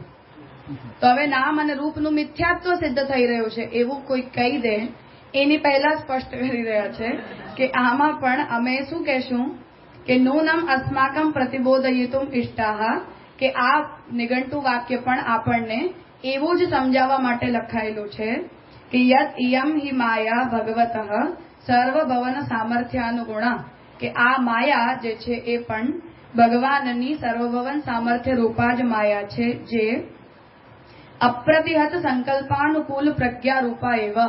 એટલે બ્રહ્મનો જે સંકલ્પ છે એ અપ્રતિહત છે, એટલે કે બ્રહ્મના સંકલ્પને કોઈ કાપી શકે એવું નથી. તો એ અપ્રતિહત સંકલ્પને અનુકૂળ પ્રજ્ઞા, પ્રતિકૂળ પ્રજ્ઞાનો નિષેધ છે, અનુકૂળ પ્રજ્ઞાનો સ્વીકાર છે. તો પ્રતિકૂળ પ્રજ્ઞા શું હશે કે આ બ્રહ્મના નામરૂપ કર્મો નથી, તો પ્રતિકૂળ પ્રજ્ઞા થઈ. બ્રહ્મના જ નામરૂપ કર્મો છે, આ અનુકૂળ પ્રજ્ઞા થઈ. તો અનુકૂળ પ્રજ્ઞાનો સ્વીકાર છે, પ્રતિકૂળ પ્રજ્ઞાનો ત્યાગ છે, પ્રતિષેધ છે. પોઈન્ટ આપો એટલું કરો. આ સર્વ ભગવાન સામર્થ્યનું ગુણા એટલે જે માયા છે, આ જે માયા છે તે ભગવાનની આ માયા છે. પછી સત્ય સંકલ્પ અનુકૂળ પ્રજ્ઞા કોની? માયાની. આ જે વાક્યમાં જે કહેવાઈ રહ્યું છે એમાં માયિકમ, તો આ માયા કઈ માયા? રૂપ અને નામ વાળી ને. રૂપ અને નામ અને રૂપ માટે જયારે એવું કહી રહ્યું છે કે આદ્યત્રયમ બ્રહ્મરૂપમ માયિકંતુ તત્વદ્વયમ. હવે નામ રૂપની માયિકતા જયારે અહીંયા કહેવાઈ રહી છે તો કઈ માયિકતા? વ્યામોહક માયિકતા કે સર્વભવન સામર્થ્ય રૂપા માયિકતા? સર્વભવન સામર્થ્ય. પછી જે સત્ય સંકલ્પ અનુકૂળ પ્રજ્ઞા રૂપા એટલે કે આ માયા બ્રહ્મની અપ્રતિહત સંકલ્પ પ્રજ્ઞા રૂપા છે. કે બ્રહ્મે જયારે એવો સંકલ્પ કર્યો કે મને બહુ થવું છે, તો બ્રહ્મની પ્રજ્ઞાને અનુકૂળ થઈને એ સર્વભવન સામર્થ્ય રૂપા થાય છે. એટલે માયા રૂપ નામને પ્રકટ કરે છે. બ્રહ્મ એનાથી બંધાઈને નામરૂપ કર્મોનો અવભાસ પેદા નથી કરતી માયા. નહીં તો એ બ્રહ્મની પ્રતિકૂળ પ્રજ્ઞા થઈ ને. તો બ્રાહ્મણિકા માયા બધી અનુકૂળ તો છે ને બ્રહ્મની. છે, પણ એ વ્યામોહિકા માયાનું પણ આપણે સત્યત્વ નથી સ્વીકારતા. વ્યામોહિકા માયા જ્યારે જીવને અન્યથા પ્રતીતિ કરાવે છે તો અન્યથા પ્રતીતિનું નિવારણ પણ તો એ જ માયાની વિદ્યાશક્તિ દ્વારા થાય છે. તો શંકરાચાર્યજી વન સાઇડેડ યુઝ માને છે માયાનો, આપણે ડબલ સાઇડેડ યુઝ માનીએ છીએ માયાનો. જ્યારે આપણે માયા માટે અન્યથા પ્રતીતિ હેતુભૂતા કહી રહ્યા છીએ તો અન્યથા પ્રતીતિ માયા, અન્યથા પ્રતીતિ હેતુભૂતા માયા ઇતિ કિમ? અવિદ્યા. માયાના બંને કાર્ય છે. વિદ્યા કરાવવું પણ માયાનું જ કાર્ય છે અને અવિદ્યા કરાવવું પણ માયાનું જ કાર્ય છે. એટલે આપણે માયા શબ્દને બ્રહ્મ શક્તિ ઇક્વલ્સ ટુ માયા આટલા જ અર્થમાં આપણે યુઝ કરીએ છીએ. પછી જ્યાં જ્યાં પણ જે કાર્ય પ્રકટ કરવામાં આવે એ કાર્યને અનુરૂપ માયાને એ નામ આપી દેવાના. સમજી ગયું. અવિદ્યા જ પેલા આચ્છાદન, પછી વ્યામોહન અને પછી અપ્રતીતિ હેતુભૂતા એક જ કાર્ય અવિદ્યા જ કરે. અવિદ્યા જ કરે છે. એટલે કે વિદ્યા પણ માયા જ છે, અવિદ્યા પણ માયા જ છે, પુષ્ટિ પણ માયા જ છે, ભક્તિ પણ માયા જ છે. માયા ભગવત શક્તિ વાચ્યા. માયા શબ્દનો મતલબ શંકરાચાર્યજીના ઓબ્સેશનના કારણે આપણને એવું થઈ ગયું કે માયા એટલે આવી ખરાબ. મહાપ્રભુજીની ટર્મિનોલોજીમાં અને ભાગવતની ટર્મિનોલોજીમાં માયા ઇક્વલ્સ ટુ ભગવાનની શક્તિ. હવે એ માયા જે કાર્ય પ્રકટ કરી રહી છે એનું જે કોઈ પણ ડિસ્ક્રિપ્શન આપણને વાંચવા મળે ત્યાં સંદર્ભાનુસાર આપણે સમજી લેવાનું કે જો અહીંયા માયાનું કાર્ય વ્યામોહન બતાવ્યું છે તો આ અવિદ્યા છે. માયાનું કાર્ય જો મુક્તિ બતાવ્યું છે તો એ વિદ્યા છે. માયાનું કાર્ય જો અનુગ્રહ બતાવ્યું છે તો એ પુષ્ટિ છે. એવી રીતે અવિદ્યારૂપ જે માયા છે એનો તો આપણો પહેલા અંગીકાર થાય છે. આપણા સેવામાં તો આપણી અમરતા મમતાનો જ વિનિયોગ પહેલા કરાય છે. બિલકુલ. તો આપણે તો ઉતારે પહેલો એનો જ વિનિયોગ થાય છે. બધાને જ એ તો ગંધમાત્રા શેષતા કરીને ઠાકોરજી છોડી ઓર દીધી. આ માયા જે 12 મુખ્ય માયા કીધી છે, પુષ્ટિ, ગીરા, ઈલા જે પણ છે, એમાં આ જે 12 શક્તિઓ કીધી છે એમાં માયા એક શક્તિ છે. ભગવાનની શક્તિઓના આ 12 પ્રકાર છે. 12 પ્રકાર છે ને પછી અનંતા. પછી અનંત છે. હા. 12 પ્રકાર છે. રાઈટ? તે એ 12 પ્રકારમાં અવિદ્યા અને વિદ્યા પણ એક પ્રકાર આવે છે. પણ નોર્મલી આપણે એ માયાની અંડર માયા આપણે અવિદ્યા અને વિદ્યા લઈએ છીએ. એવું જ છે. પણ તો જ્યારે ગણાય છે તો પણ ત્યારે ગણાઈ રહી છે કાર્યભેદથી, સ્વરૂપ ભેદથી નહીં. માયાના કાર્યભેદો છે, માયામાં સ્વરૂપ ભેદ નથી. પુષ્ટિ પણ એનું કાર્યરૂપ ડિફરન્સ છે. કાર્ય ડિફરન્સ છે. માયા ઇક્વલ્સ ટુ ભગવત શક્તિ. લક્ષ્મી ઇક્વલ્સ ટુ માયા, રાધા ઇક્વલ્સ ટુ માયા. ભગવાનની શક્તિને માયા કહેવાય છે. હવે એ માયા જ્યારે જે કાર્ય પ્રકટ કરે ત્યારે એનું એવું નામ થઈ જાય છે એક્સેટ્રા. એમાં શ્રી પણ છે તો લક્ષ્મી છે. એ બધું એનું કાર્ય રૂપે છે, કાર્યવેદ છે, માયા ઇઝ ધ શક્તિ અને એના બધા કાર્યના પ્રકારો છે. એટલે એ 12 પ્રકારોમાં કે અનંત પ્રકારોમાં સ્વરૂપ ભેદ નથી, ખાલી કાર્યભેદ છે. તો અહીંયા હા, તો આ નિઘંટુ જયારે માયિકંતુ તત્વદ્વયમ એવું કહીને નામ અને રૂપને માયિક કહી રહ્યું છે ત્યારે એ મિથ્યા અર્થ લેવાનો કે સત્ય અર્થ લેવાનો એટલે સ્પષ્ટ કરી રહ્યા છે કે નહીં, એ સર્વભવન સામર્થ્ય રૂપા માયાનું માટે કહેવાય રહ્યું છે. એટલે નામ અને રૂપ સર્વભવન સામર્થ્ય દ્વારા પ્રગટ થાય છે. અને અસ્થિ ભાતિ પ્રિયતા આ ભગવાનના સ્વરૂપગત ધર્મો છે. પણ અહીંયા જે પ્રજ્ઞારૂપ ને બ્રહ્મની પ્રજ્ઞારૂપ, તો એ કયા સેન્સમાં કીધું? કેમ કે સંકલ્પ તો બ્રહ્મે કર્યો ને કે મને અનેક થવું છે. હા, તો એ અન્ડરસ્ટેન્ડિંગ છે ને બ્રહ્મની. ઈચ્છા તો પ્રજ્ઞા જ હોય ને. હા, તો બ્રહ્મે ઈચ્છા કરી કે મને આવું કરવું છે, તો માયા દાસી છે. ઠાકોર જે ઈચ્છા કરી અને માયાએ ભગવાન માટે કામ પૂરું કરી દીધું. પ્રક્રિયા વૈકાલિક મતાથી જુએ એટલે એ કોન્સ્ટન્ટ ત્રણેય કાળમાં એની એ રીતે નિત્ય શક્તિ. આનંદસ્યૈવ ધર્મઃ પ્રીત્ય પર પર્યાયીભૂત પ્રિયત્વ રૂપો ભવતિ. હવે આમાં નિઘંટુ જ્યારે અસ્થિ ભાતિ પ્રિયમ, આમાં જે પ્રિય પદનો પ્રયોગ કરી રહ્યો છે એમાં આદ્યત્રયમ બ્રહ્મરૂપમ આવું જ્યારે કહ્યું તો અસ્થિ સતમાંથી આવે છે એટલે સતને જ અસ્થિ કહેવાય છે, ચિત્તને જ ભાતિ કહેવાય છે અને પ્રિયને જ આનંદ કહેવાય છે. તો એને કહી રહ્યા છે કે આનંદસ્યૈવ ધર્મ પ્રિયત્વ પરપર્યાયીભૂત પ્રિયત્વ રૂપો ભવતિ. અપરપર્યાયીભૂત એટલે એનું જ સિનોનિમ છે. આનંદના જ સમાનાર્થી શબ્દને પ્રિય શબ્દથી અહીંયા કહેવાયું છે. ભગવાન મહાત્મ્ય જ્ઞાનેન, ભગવાનના મહાત્મ્યના જ્ઞાન દ્વારા બ્રહ્માત્મરત્યારતિ આવરક જ્ઞાનસ્ય અપગમેન, બ્રહ્મના મહાત્મ્ય જ્ઞાન દ્વારા બ્રહ્માત્મરતિ આવરક અજ્ઞાનસ્ય, સંધિ છે અલગ કરીને સમજો તો સ્પષ્ટ થઈ જશે. તો બ્રહ્મની આત્મરતિનું આવરણ કરનારો જે અજ્ઞાન છે એ મહાત્મ્ય જ્ઞાન દ્વારા દૂર થાય છે. તો ભગવાન મહાત્મ્ય જ્ઞાનેન, ભગવાનનું મહાત્મ્ય જ્ઞાન પ્રાપ્ત કરવાથી ભગવાનની આત્મરતિનું આવરણ કરનારો જે અજ્ઞાન છે એ અપગમેન દૂર થાય છે. એનાથી શું થાય છે? પ્રાદુર્ભૂતા પ્રીતિ અપી. તો આપણા ઉપર જે અવિદ્યાએ આવરણ કર્યું એ આવરણ અવિદ્યાએ કર્યું તો ભગવાનની આત્મરતિને એણે આવૃત કરી દીધી, જેના કારણે આપણને ભગવાન પ્રિય લાગતા બંધ થઈ ગયા આનંદના તિરોધાનને કારણે. તો આનંદ તિરોહિત થયું ત્યારે અવિદ્યા આપણને લાગી અને અવિદ્યા લાગી તો એણે ભગવાનની એ આત્મરતિને આવૃત કરી, છુપાવી. હવે આ આચ્છાદિકા કાર્ય છે. તો અવિદ્યા એટલે આચ્છાદિકા માયા, માયાનું આચ્છાદન કરવાનું કામને અવિદ્યા કહેવાય છે. તો બ્રહ્માત્મ રત્યાવરક અજ્ઞાનસ્ય અપગમેન, એ જ્યારે જતું રહે નીકળી જાય ત્યારે પ્રાદુર્ભૂતા પ્રીતિ અપી ઉપાધિ રહિતા. તો જ્યારે અવિદ્યા તમારામાંથી દૂર થાય અને ભગવાનની જે આચ્છાદિત આત્મરતિ હતી એના ઉપરનું આવરણ નિવૃત્ત થાય ત્યારે શું પ્રાદુર્ભૂત થાય? ઉપાધિ રહિત પ્રીતિ, નિરુપાધિક પ્રેમ, સોપાધિક નહીં. તો આવૃત અવસ્થામાં સોપાધિક પ્રેમ પ્રગટ થાય, અનાવૃત અવસ્થામાં નિરુપાધિક પ્રેમ પ્રગટ થાય.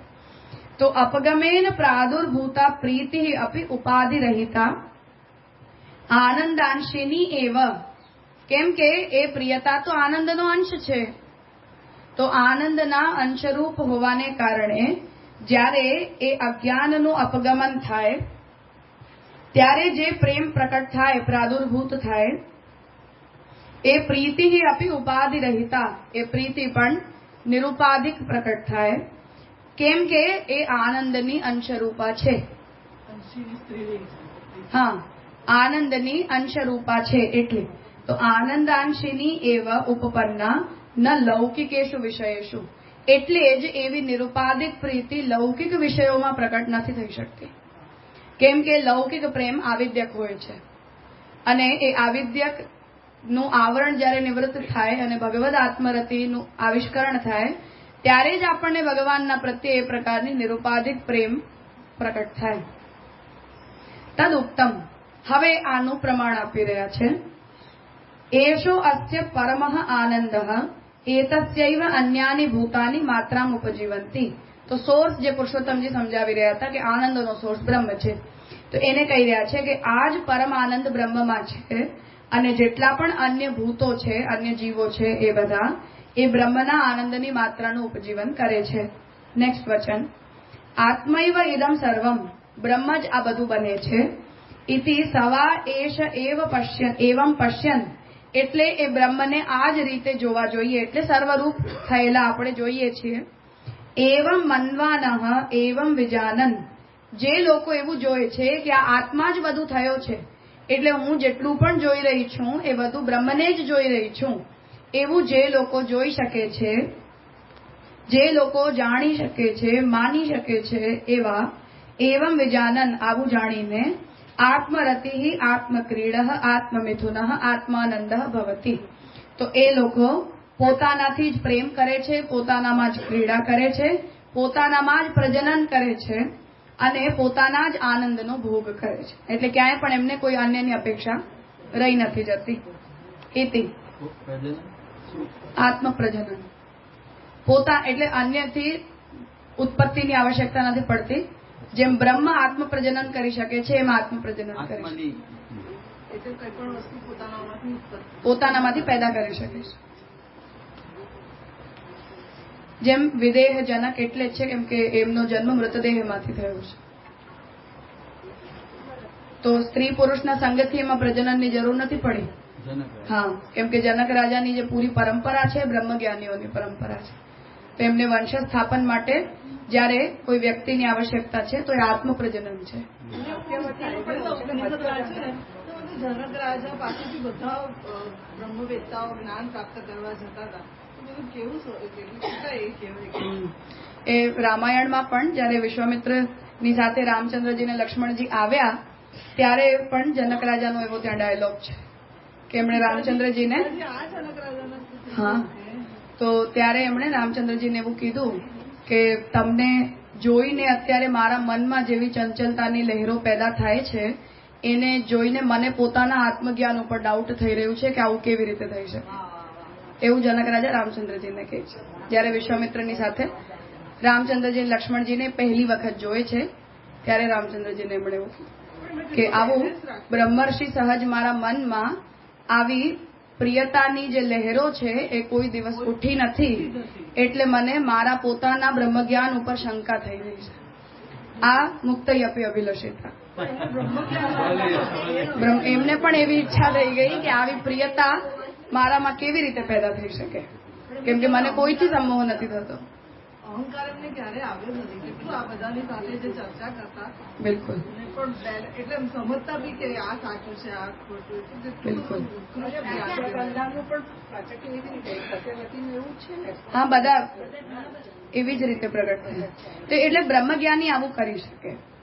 એના જ કારણે જે બ્રાહ્મણત્વાદી દેવતાવાદ છે ત્યાં પુરુષોત્તમજી આ બધા આવા અવતારોની સ્પષ્ટતા કરી છે કે જેમ પરશુરામજીની અંદર બ્રાહ્મણત્વ અને ક્ષત્રિયત્વ બંને પ્રકટ છે, કે પરાશર અને મત્સ્યગંધા જે શૂદ્ર નથી વર્ણ બાહ્ય છે એનાથી પણ વ્યાસનો જન્મ છે. તો આ બધા એક્ઝામ્પલ્સ ત્યાં પુરુષોત્તમજીએ એ લીધા છે કે બ્રહ્મજ્ઞાનીઓથી એ બધું પ્રાકટ્ય છે. એટલે ત્યાં જે ઈચ્છા જે કાર્યની હોય એ ઈચ્છાનુસાર વર્ણત્વનો વિચાર કરવો. તો જ્યારે એમને બ્રાહ્મણ તરીકેનું કાર્ય કરવું છે તો એમનામાં બ્રાહ્મણત્વ પ્રગટ છે, ક્ષત્રિયત્વનું કાર્ય કરવું છે તો ક્ષત્રિયત્વ પ્રગટ થઈ જાય છે. તો એ દેવતા બ્રહ્મજ્ઞાનીઓની અંદર એમના કાર્યના સંકલ્પ માત્રથી આવિર્ભૂત થઈ જાય છે. યજ્ઞ દ્વારા બી જે આવી રીતે પુત્રો કે પુત્રી પ્રગટ થાય એમાં પણ એવા જ બધા એનું આધ્યાત્મિકત્વ જ વિચારવું જોઈએ. આમાં જ છે બ્રાહ્મણત્વ દેવતાવાદ. કરશું આપણે ત્યાં પરશુરામજીના બધાના ઉદાહરણો પુરુષોત્તમજીએ લીધા છે. તો આત્મમિથુનઃ આત્માનંદઃ ભવતિ ઇતિ ઉપબ્રહ્મિતંચ ભગવતા. અને આ વાત ભગવાને સ્વયં પણ ભાગવતમાં કહી છે. અહમ આત્માત્મનામ ધાતઃ પૃષ્ઠ સન પ્રિયસામપી અતો મયી રતિમ કુર્યાત દેહાદિ યત્કૃતે પ્રિય. તો ભગવાન ત્યાં એ પ્રિયતાનો જ તમને સોર્સ બતાવવા માંગી રહ્યા છે કે અહમ આત્માત્મનામ ધાતઃ, મેં જ તમારા બધાઓની આત્માને પોતાનામાં ધારણ કરીને રાખી છે. એટલે પ્રેષ્ઠ સન પ્રિયસામપી, એટલે તમને જો કોઈ પ્રિય હોય તો એ પ્રિયનો પણ પ્રિય તો હું જ છું. એટલે જે પણ લોકો દેહ આદિની અંદર પ્રેમ કરે છે એમણે પણ વસ્તુતઃ મારાથી જ પ્રેમ કરવો જોઈએ. ઇતિ અત્ર બાહ્ય વિષયેષુ, તો દેહાદિ યત્કૃતે, દેહ આદિથી બાહ્ય પદાર્થો ભગવાન બોલવા માંગી રહ્યા છે. તો ઇતિ અત્ર બાહ્ય વિષયેષુ, જેટલા પણ બાહ્ય વિષયો છે એમાં આનંદ પ્રતિભાસો, એ આનંદ નથી, આનંદનો આભાસ છે, જેને મૂળમાં કાલે આપણે પુરુષોત્તમજીના વચનોમાં જોયું હતું. તો આનંદ પ્રતિભાસો દેહ સંબંધોપાધિકો, કેમ કે એ બધો આનંદનો પ્રતિભાસ એટલે થઈ રહ્યો છે કેમ કે દેહની ઉપાધિથી આપણે ગ્રસ્ત છીએ, એટલે દેહાધ્યાસ વાળા છીએ. દેહેન્દ્રિયાદિશુ બ્રહ્મ ચિદંશાત્મ સંબંધોપાધિક, કેમ કે દેહ ઇન્દ્રિય આ બધામાં પણ બ્રહ્મના ચિદંશની સંબંધની ઉપાધિ છે. એટલે દેહ ઇન્દ્રિયની અંદર તો જડ છે આ બધા, તો એમનામાં તો પ્રિયતાને ફીલ કરવાનું કોઈ સામર્થ્ય જ નથી. તો એમની અંદર એ પ્રિયતાને અનુભૂત કરવાનું સામર્થ્ય જીવાત્માના કારણે આવી રહ્યું છે. અને એ ચિદંશ એનું બ્રહ્મથી નૈકટ્ય છે.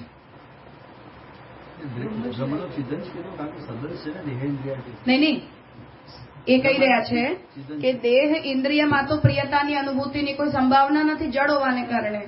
એમનામાં પ્રિયતાની અનુભૂતિ જીવાત્માના સંબંધથી પેદા થઈ રહી છે ને, કેમ કે ચૈતન્ય તો જીવ પ્રોવાઈડ કરી રહ્યો છે એને, અને એ જીવ કોણ છે? બ્રહ્મનો અંશ છે.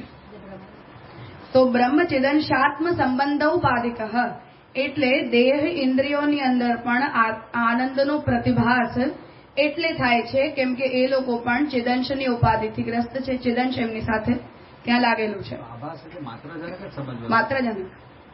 આત્મની તું સહજો જ્ઞાયમાનો વા અજ્ઞાયમાનો વા, પોતાની આત્માનો સહજ જ્ઞાન તમને થાય કે ન પણ થાય. ફોર એક્ઝામ્પલ, કોઈને પોતાનું આત્મજ્ઞાન પ્રાપ્ત થઈ જાય, કોઈને આત્મજ્ઞાન ન પણ પ્રાપ્ત થાય, બંને સ્થિતિમાં પરમાત્માંશત્વ પ્રયુક્ત એવ, તમે પોતાની આત્માને પરમાત્માના અંશ તરીકે ઓળખો ચાહે ન ઓળખો, પણ એ પરમાત્માનો અંશ છે જ, બાય ડિફોલ્ટ છે. તો જ્ઞાય માનો વા અજ્ઞાય માનો વા, જાણો કે ન જાણો, માનો કે ન માનો, તો પરમાત્માંશત્વ પ્રયુક્ત એવ ઇતિ અભિપ્રાય સ્ફોરણાત. આ વાત, આ અભિપ્રાયને ઉદ્ઘાટિત ભગવાન કરવા માંગી રહ્યા છે કે તમે માનો કે ન માનો, તમારી અંદર રહેલી આત્મા તો મારો જ અંશ છે. એટલે તમારા દેહ ઇન્દ્રિય આદિ જળ પદાર્થો પણ જો તમને કોઈ પણ બાહ્ય વિષયમાં પ્રિયતાની અનુભૂતિ કરાવી રહ્યા છે તો એટલે જ કરાવી શકી રહ્યા છે કેમ કે મારો ચિદંશ તમારી અંદર બેઠો છે. આ જ કારણ રસત્વવાદમાં કહ્યું કે આ પોઈન્ટને લીધે જ નિરુપાધિકતા એટલે જ પોસિબલ છે. એટલે જ એક બુદ્ધિથી નિરુપાધિકતા આવે, ભગવાન મારાથી અલગ છે આવી બુદ્ધિથી તો સોપાધિક પ્રેમ જ થશે. તસ્માત શ્રુત્યાદિ શાસ્ત્રૈઃ જાયમાનેન ભગવાન મહાત્મ્ય જ્ઞાનેન, એટલે શ્રુતિ આદિ શાસ્ત્રોથી પ્રકટ કરાયેલા મહાત્મ્ય જ્ઞાન દ્વારા બાહ્ય આભ્યંતર સર્વ વસ્તુ વિષયકસ્ય બ્રહ્મ તાદાત્મ્ય જ્ઞાનસ્ય અપગમે, એટલે શ્રુતિ આદિ શાસ્ત્રોથી ઉત્પન્ન થયેલા ભગવાનના મહાત્મ્ય જ્ઞાન દ્વારા બાહ્ય અને આભ્યંતર પ્રત્યેક વસ્તુના વિષયમાં બ્રહ્મના તાદાત્મ્યનું જ્ઞાન જ્યારે મળે ત્યારે યાહી નિખિલાત્મસુ ધર્મીભૂત આનંદ તિરોભાવેપી, એટલે તાદાત્મ્ય તો છે જ તમારું, પણ હવે એ તાદાત્મ્ય તમને નથી લાગતું કેમ કે આનંદ તિરોહિત છે. એને સમજાવી રહ્યા છે કે યાહી નિખિલ આત્મસુ, જે બધી જ આત્માઓની અંદર ધર્મીભૂત આનંદ તિરોભાવેપી, ધર્મીભૂત આનંદ તો બધી આત્માઓમાંથી તિરોહિત થયેલો છે ભગવાનની ઈચ્છાથી, એટલે તિરોભાવ થયો હોવા છતાં પણ તદ ધર્મ રૂપતા અંશતો નિત્ય સિદ્ધા એવ, તો ધર્મીભૂત આનંદનું તિરોધાન છે પણ ધર્મભૂત આનંદ તો અંશ હોવાને કારણે નિત્ય સિદ્ધ છે, જેને માત્રા ઉપજીવંતીથી કહી રહ્યા છે. તો અંશ તો નિત્ય સિદ્ધા એવ બ્રહ્મણો હિ આત્મરતિ, અને એ અંશભૂત આનંદ શું છે? બ્રહ્મની આત્મરતિ. ક્યાં હું એક અનેક થયો છું, હું પોતાનામાં આત્મરમણ કરી રહ્યો છું. તો આ પ્રકારની જે આત્મરતિ છે એ આપણી અંદર નિત્ય સિદ્ધ છે, હંમેશા છે જ. સા એવ ભગવદ ભક્તિ તયા પુનઃ આવિર્ભવંતી. હવે આ જ આત્મરતિ આપણી અંદર ભગવાન પ્રત્યે ભક્તિના રૂપમાં આવિર્ભૂત થઈ જાય છે.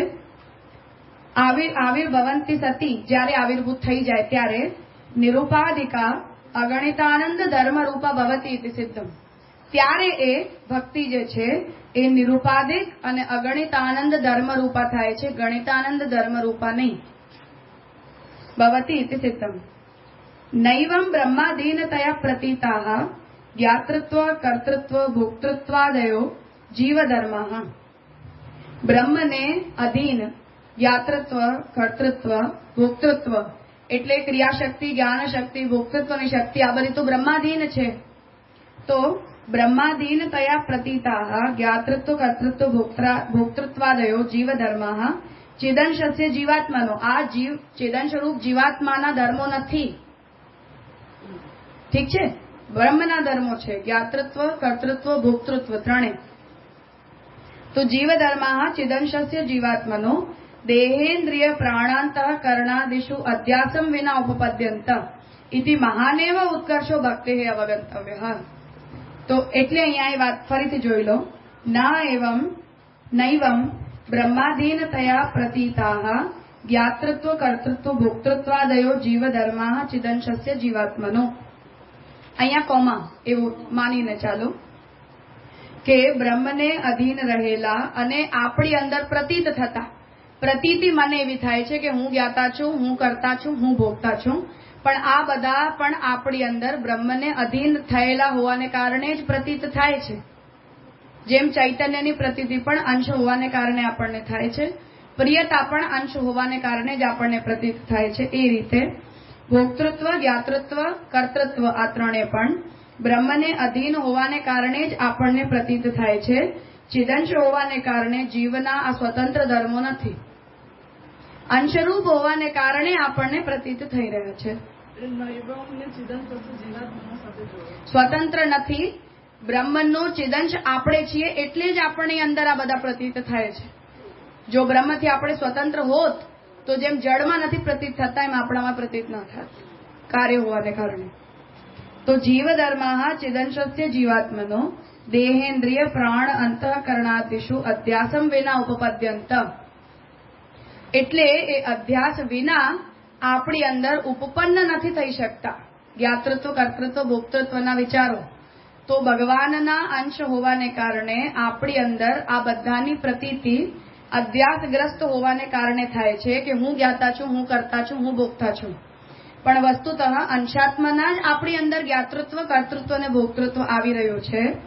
એટલે મહાનેવ ઉત્કર્ષો ભક્તે અવગંતવ્ય. એટલે ભક્તિનો મહાન ઉત્કર્ષ આપણે વિચારવો જોઈએ કે જ્ઞાતૃત્વ, કર્તૃત્વ, ભોક્તૃત્વ તો હજી પણ આપણને અધ્યાસગ્રસ્ત હોવાને કારણે પોતાના લાગે છે, પણ ભક્તિ ક્યારે પણ આપણને સ્વપ્રયોજિકા નથી થતી, ભગવત પ્રયોજિકા થાય છે.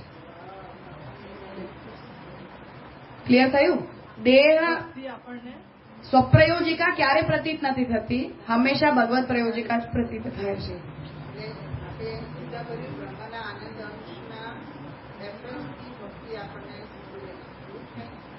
કમ્પેર અહીંયા કર્યું કે કર્મ, જ્ઞાન, ભોક્તૃત્વ, જ્ઞાતૃત્વ, કર્તૃત્વ, ભોક્તૃત્વ આ બધું પણ આપણને પ્રતીત થાય છે. જે વ્યક્તિ અધ્યાસ નિવૃત્ત થઈ જાય છે એનામાંથી જ્ઞાતૃત્વ, ભોક્તૃત્વ અને કર્તૃત્વ નિવૃત્ત થઈ જાય છે. પણ એ રીતે અધ્યાસગ્રસ્ત હોવાને કારણે આપણને ભક્તિ પ્રતીત નથી થતી, બાય ડિફોલ્ટ છે આપણામાં. એટલે જેમ અધ્યાસ નિવૃત્ત થાય ત્યારે જ્ઞાતૃત્વ, કર્તૃત્વ અને ભોક્તૃત્વની નિવૃત્તિ થઈ જાય છે, એમ અધ્યાસ નિવૃત્ત થવા પર ભક્તિ નિવૃત્ત નથી થતી. એટલે ક્રિયાશક્તિ અને જ્ઞાન શક્તિ નથી થતી. અધ્યાસ નિવૃત્ત થઈ જાય તો પણ ભક્તિ નિવૃત્ત નથી થઈ જતી. એટલે ક્રિયાશક્તિ અને જ્ઞાન શક્તિ કરતા પણ ભક્તિ શક્તિનો ઉત્કર્ષ જાણવો જોઈએ એવું કહી રહ્યા છે. તો સોપાધિકતા અને નિરુપાધિકતા વિષયક હોવાની સાથે સાથે આપણું અવલંબન કરે છે, એના કારણે પણ અહીંયા વિચારી રહ્યા છે. જીવમાં કર્તૃત્વ, ભોક્તૃત્વ વગેરે નિવૃત્ત થઈ જાય છે. ભક્તિ નથી થતી. ભક્ત હોય તો એનામાં ભક્તિ નિવૃત્ત નથી થતી. સ્વપ્રયોજિકા નથી દેખતી. એટલે કે જીવને જેમ કર્તૃત્વનું અભિમાન થાય છે કે હું કરતા છું, હું જ્ઞાતા છું, હું ભોગતા છું, એમ હું મારી ભક્તિ કરું એવું ક્યારે નથી લાગતું. હું બીજાની ભક્તિ કરું એવું જ એને ઓલવેઝ લાગે છે. તો એ સ્વપ્રયોજિકા કર્તૃત્વ, જ્ઞાતૃત્વ અને ભોક્તૃત્વની જેમ ભક્તિ સ્વપ્રયોજિકા નથી બનતી, ઓલવેઝ ભગવત પ્રયોજિકા બને છે. એટલે અંશી પ્રયોજિકા બને છે, અંશ પ્રયોજિકા નથી બનતી. હરિભક્તિ પણ કન્ફ્યુઝ થઈ.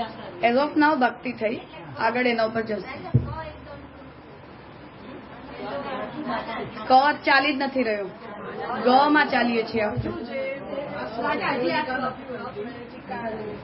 સ્વપ્રયોજિકા નથી બનતી એનું જરાક થોડું સમજાય તો કેમ નથી થતી એટલું ખાલી અહીંયાથી ફરીથી લો, કારણ કે આમાં અધ્યાસમ વિના કયું ઉપપદ છે એ પાછું કન્ફ્યુઝન થયું.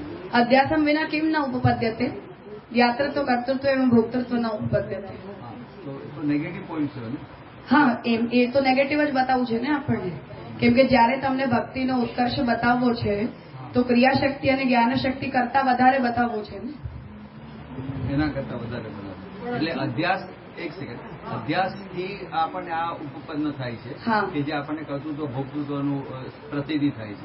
પણ ભક્તિ એ વિધા, ઇવન અધ્યાસ વગર પણ એ કન્ટિન્યુઅસ, કેમ કે પ્રિયતાનો એક સ્વાભાવિક ધર્મ છે, ઇનહેરિટેડ આપણી અંદર. તો અહીંયા ગંધ માત્ર અવશિષ્ટનો એ સાધનાની અંદર અલગ વસ્તુ છે. પણ આત્મનસ્તુ પરમ ફલમમાં જીવને પોતાની આત્મામાં જયારે ભગવાનનો અનુભવ થાય ત્યારે પણ તો એને પ્રિયતા ફીલ થાય છે ને.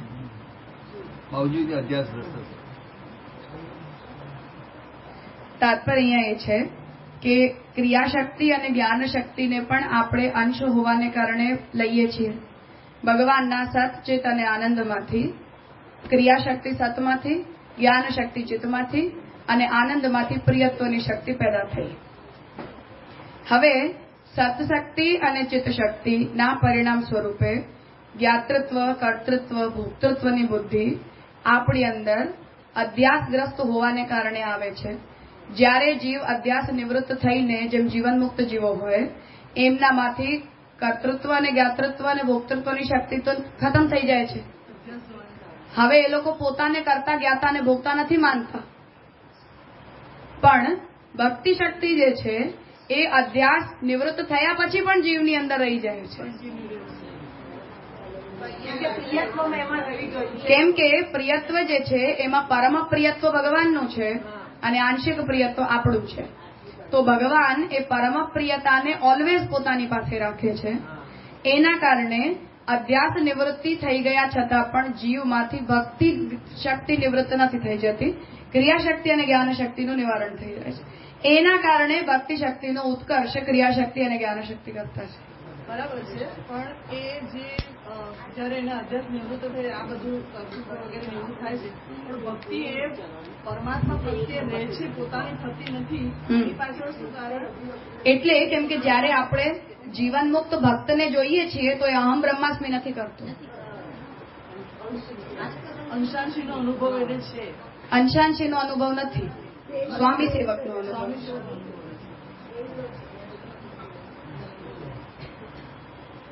જીવન મુક્ત ભક્ત ક્યારે પણ અહમ કૃષ્ણાસ્મિ નથી બોલતો. જેવું વામદેવનું આપણને એક્ઝામ્પલ મળે છે એવું કોઈ પણ એક ભક્તનો એક્ઝામ્પલ આપો, કોઈ પણ એક ભક્તનો એક્ઝામ્પલ. આસ્કરન રાજા સર્વાત્મ ભાવવાળા છે, પદ્મનાભદાસજી સર્વાત્મ ભાવવાળા છે, સુરદાસજીને ભગવાનની બધી લીલાઓ પ્રકટ છે, સર્વાત્મ ભાવવાળા છે.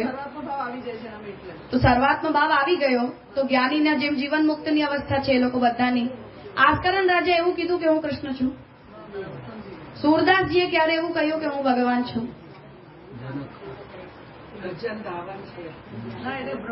તો કોઈએ પણ જેમ જ્ઞાનીની અંદર એ ભગવાનની આત્મશક્તિ જયારે પ્રગટ થઈ જાય, સર્વાત્મ ભાવનો બોધ જયારે પ્રગટ થઈ જાય તરત વામદેવ કહી દે કે હું ઇન્દ્ર છું ને હું સૂર્ય છું ને હું આ છું ને તે છું.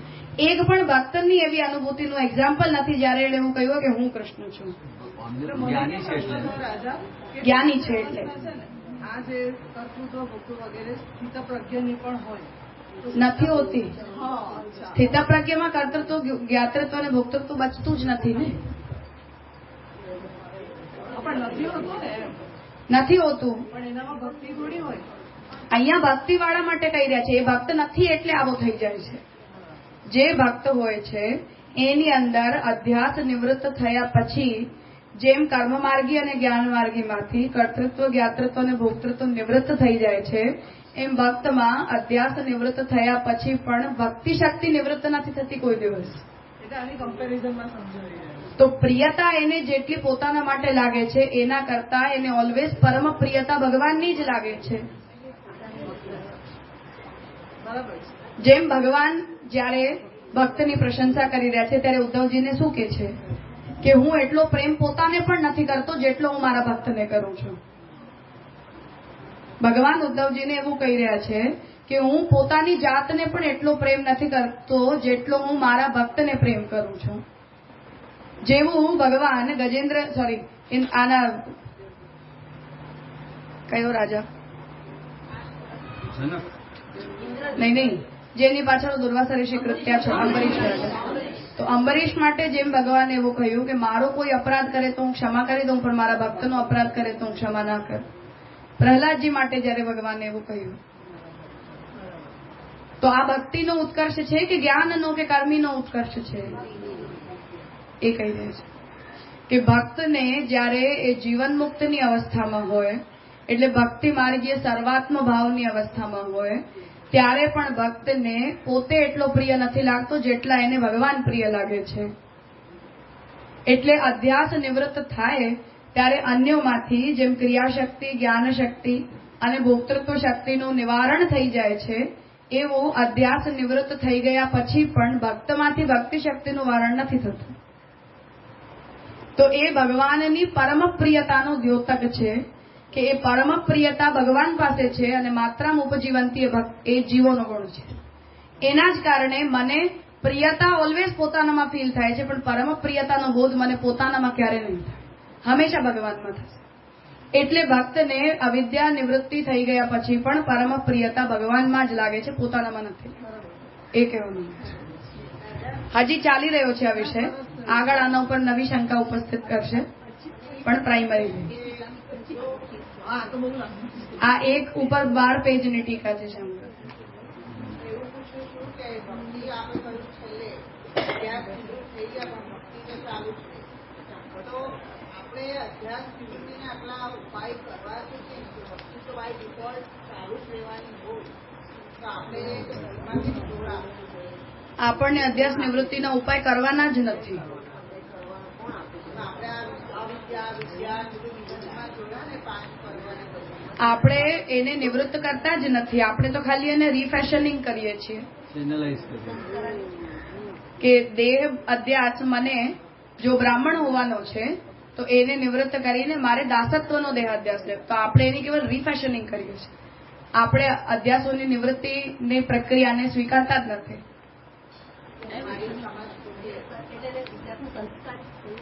હા, આપણે બસ એને ભગવાન તરફ વાળી દઈએ છીએ કે એ ઇન્દ્રિયોમાં ભગવત પ્રસાદના ભોગની મમત્વ હંમેશા રહેવું જોઈએ. એ દેહની અંદર ભગવત સેવા પરાયણતાની આકાંક્ષા મુક્તિમાં પણ રહેવી જોઈએ. મતલબ વૈકુંઠ ગયા પછી પણ રહેવી જોઈએ. એટલે તો મને સાયુજ્ય નથી જોઈતું. મુક્તય અપી અભિલાષિતમ કે મને જયારે દયારામભાઈ એવું કહી રહ્યા છે કે મને સાયુજ્યવાળી મુક્તિ નથી જોઈતી, અમે તો ગોકુલમાં સારા, એનો મતલબ એ છે કે અમે સેવા કરી રહ્યા છીએ એટલે સારા. એટલે જ રૂપ સેવાર્થમ તત્સૃષ્ટિ નાન્યથા ભવે. જેના કારણે લાલુ ભટ્ટજી એવું કહી રહ્યા છે કે નહીં, સાયુજ્યનું ફલ તો પુષ્ટિ માર્ગીયનું ફલ ના હોય. એવો દ્રઢ આગ્રહ છે એમનો ટીકામાં કે સાયુજ્ય ફલ જે બતાવ્યું એ જ્ઞાની ભક્તનો ફલ હોય, મર્યાદા ભક્તનો ફલ હોય. પુષ્ટિ જીવનો તો સાયુજ્ય ફલ હોય જ નહીં. કેમ કે ભગવાને પ્રતિજ્ઞાથી એમનું નિર્માણ કર્યું છે કે રૂપ સેવા માટે જ આ સૃષ્ટિ બની છે. તો એ તો દેહાધ્યાસ હોય, ઇન્દ્રિયાધ્યાસ હોય, પ્રાણાધ્યાસ હોય, એ તો આપણા નિવૃત્ત થવા જ ના જોઈએ કોઈ દિવસ. જ્ઞાતા નથી, કરતા નથી, ભોગતા નથી, પણ એ જ્ઞાતા કરતા ભગવાન છે એવું વિચારીને એ ભગવાન તરફ વળી જાય. હા, એનામાંથી તો એ બધી શક્તિઓ નિવૃત્ત થઈ જાય છે, પણ ભક્તમાં ક્યારે નથી થતું. એક્ઝેક્ટલી. ભક્તોમાં ક્રિયા એવું છે એમ કે છે તમે વ્યવસ્થા કરો આટલા બધા રહી જાઓ, આપણું ઘર નાનું નહીં પડે. એટલે ભક્તોમાં ક્રિયા જ્ઞાન શક્તિ રહેશે એ રીતે. હા, એટલે અહીંયા તો ઉત્કર્ષ કર્મ માર્ગ અને જ્ઞાન માર્ગ કરતા બતાવવા માંગી રહ્યા છે. અલ્ટિમેટલી ઉત્કર્ષ ભક્તની બી વાત કરીએ તો એને તો એમાં એ ભક્તિ શક્તિ ઓલવેઝ રહી છે. ક્રિયા જ્ઞાન શક્તિ પણ ભક્તિના અવાંતર પ્રકાર તરીકે રહેશે. ઠીક છે, તો અહીંયા આપણે વિરામ રાખીએ. 4 વાગે આપણે આગળનો વિષય લેશું. જોકે જેમ આપણે નક્કી જ કરીને આવ્યા જ હતા કે આપણો એવો કોઈ ટાર્ગેટ નથી.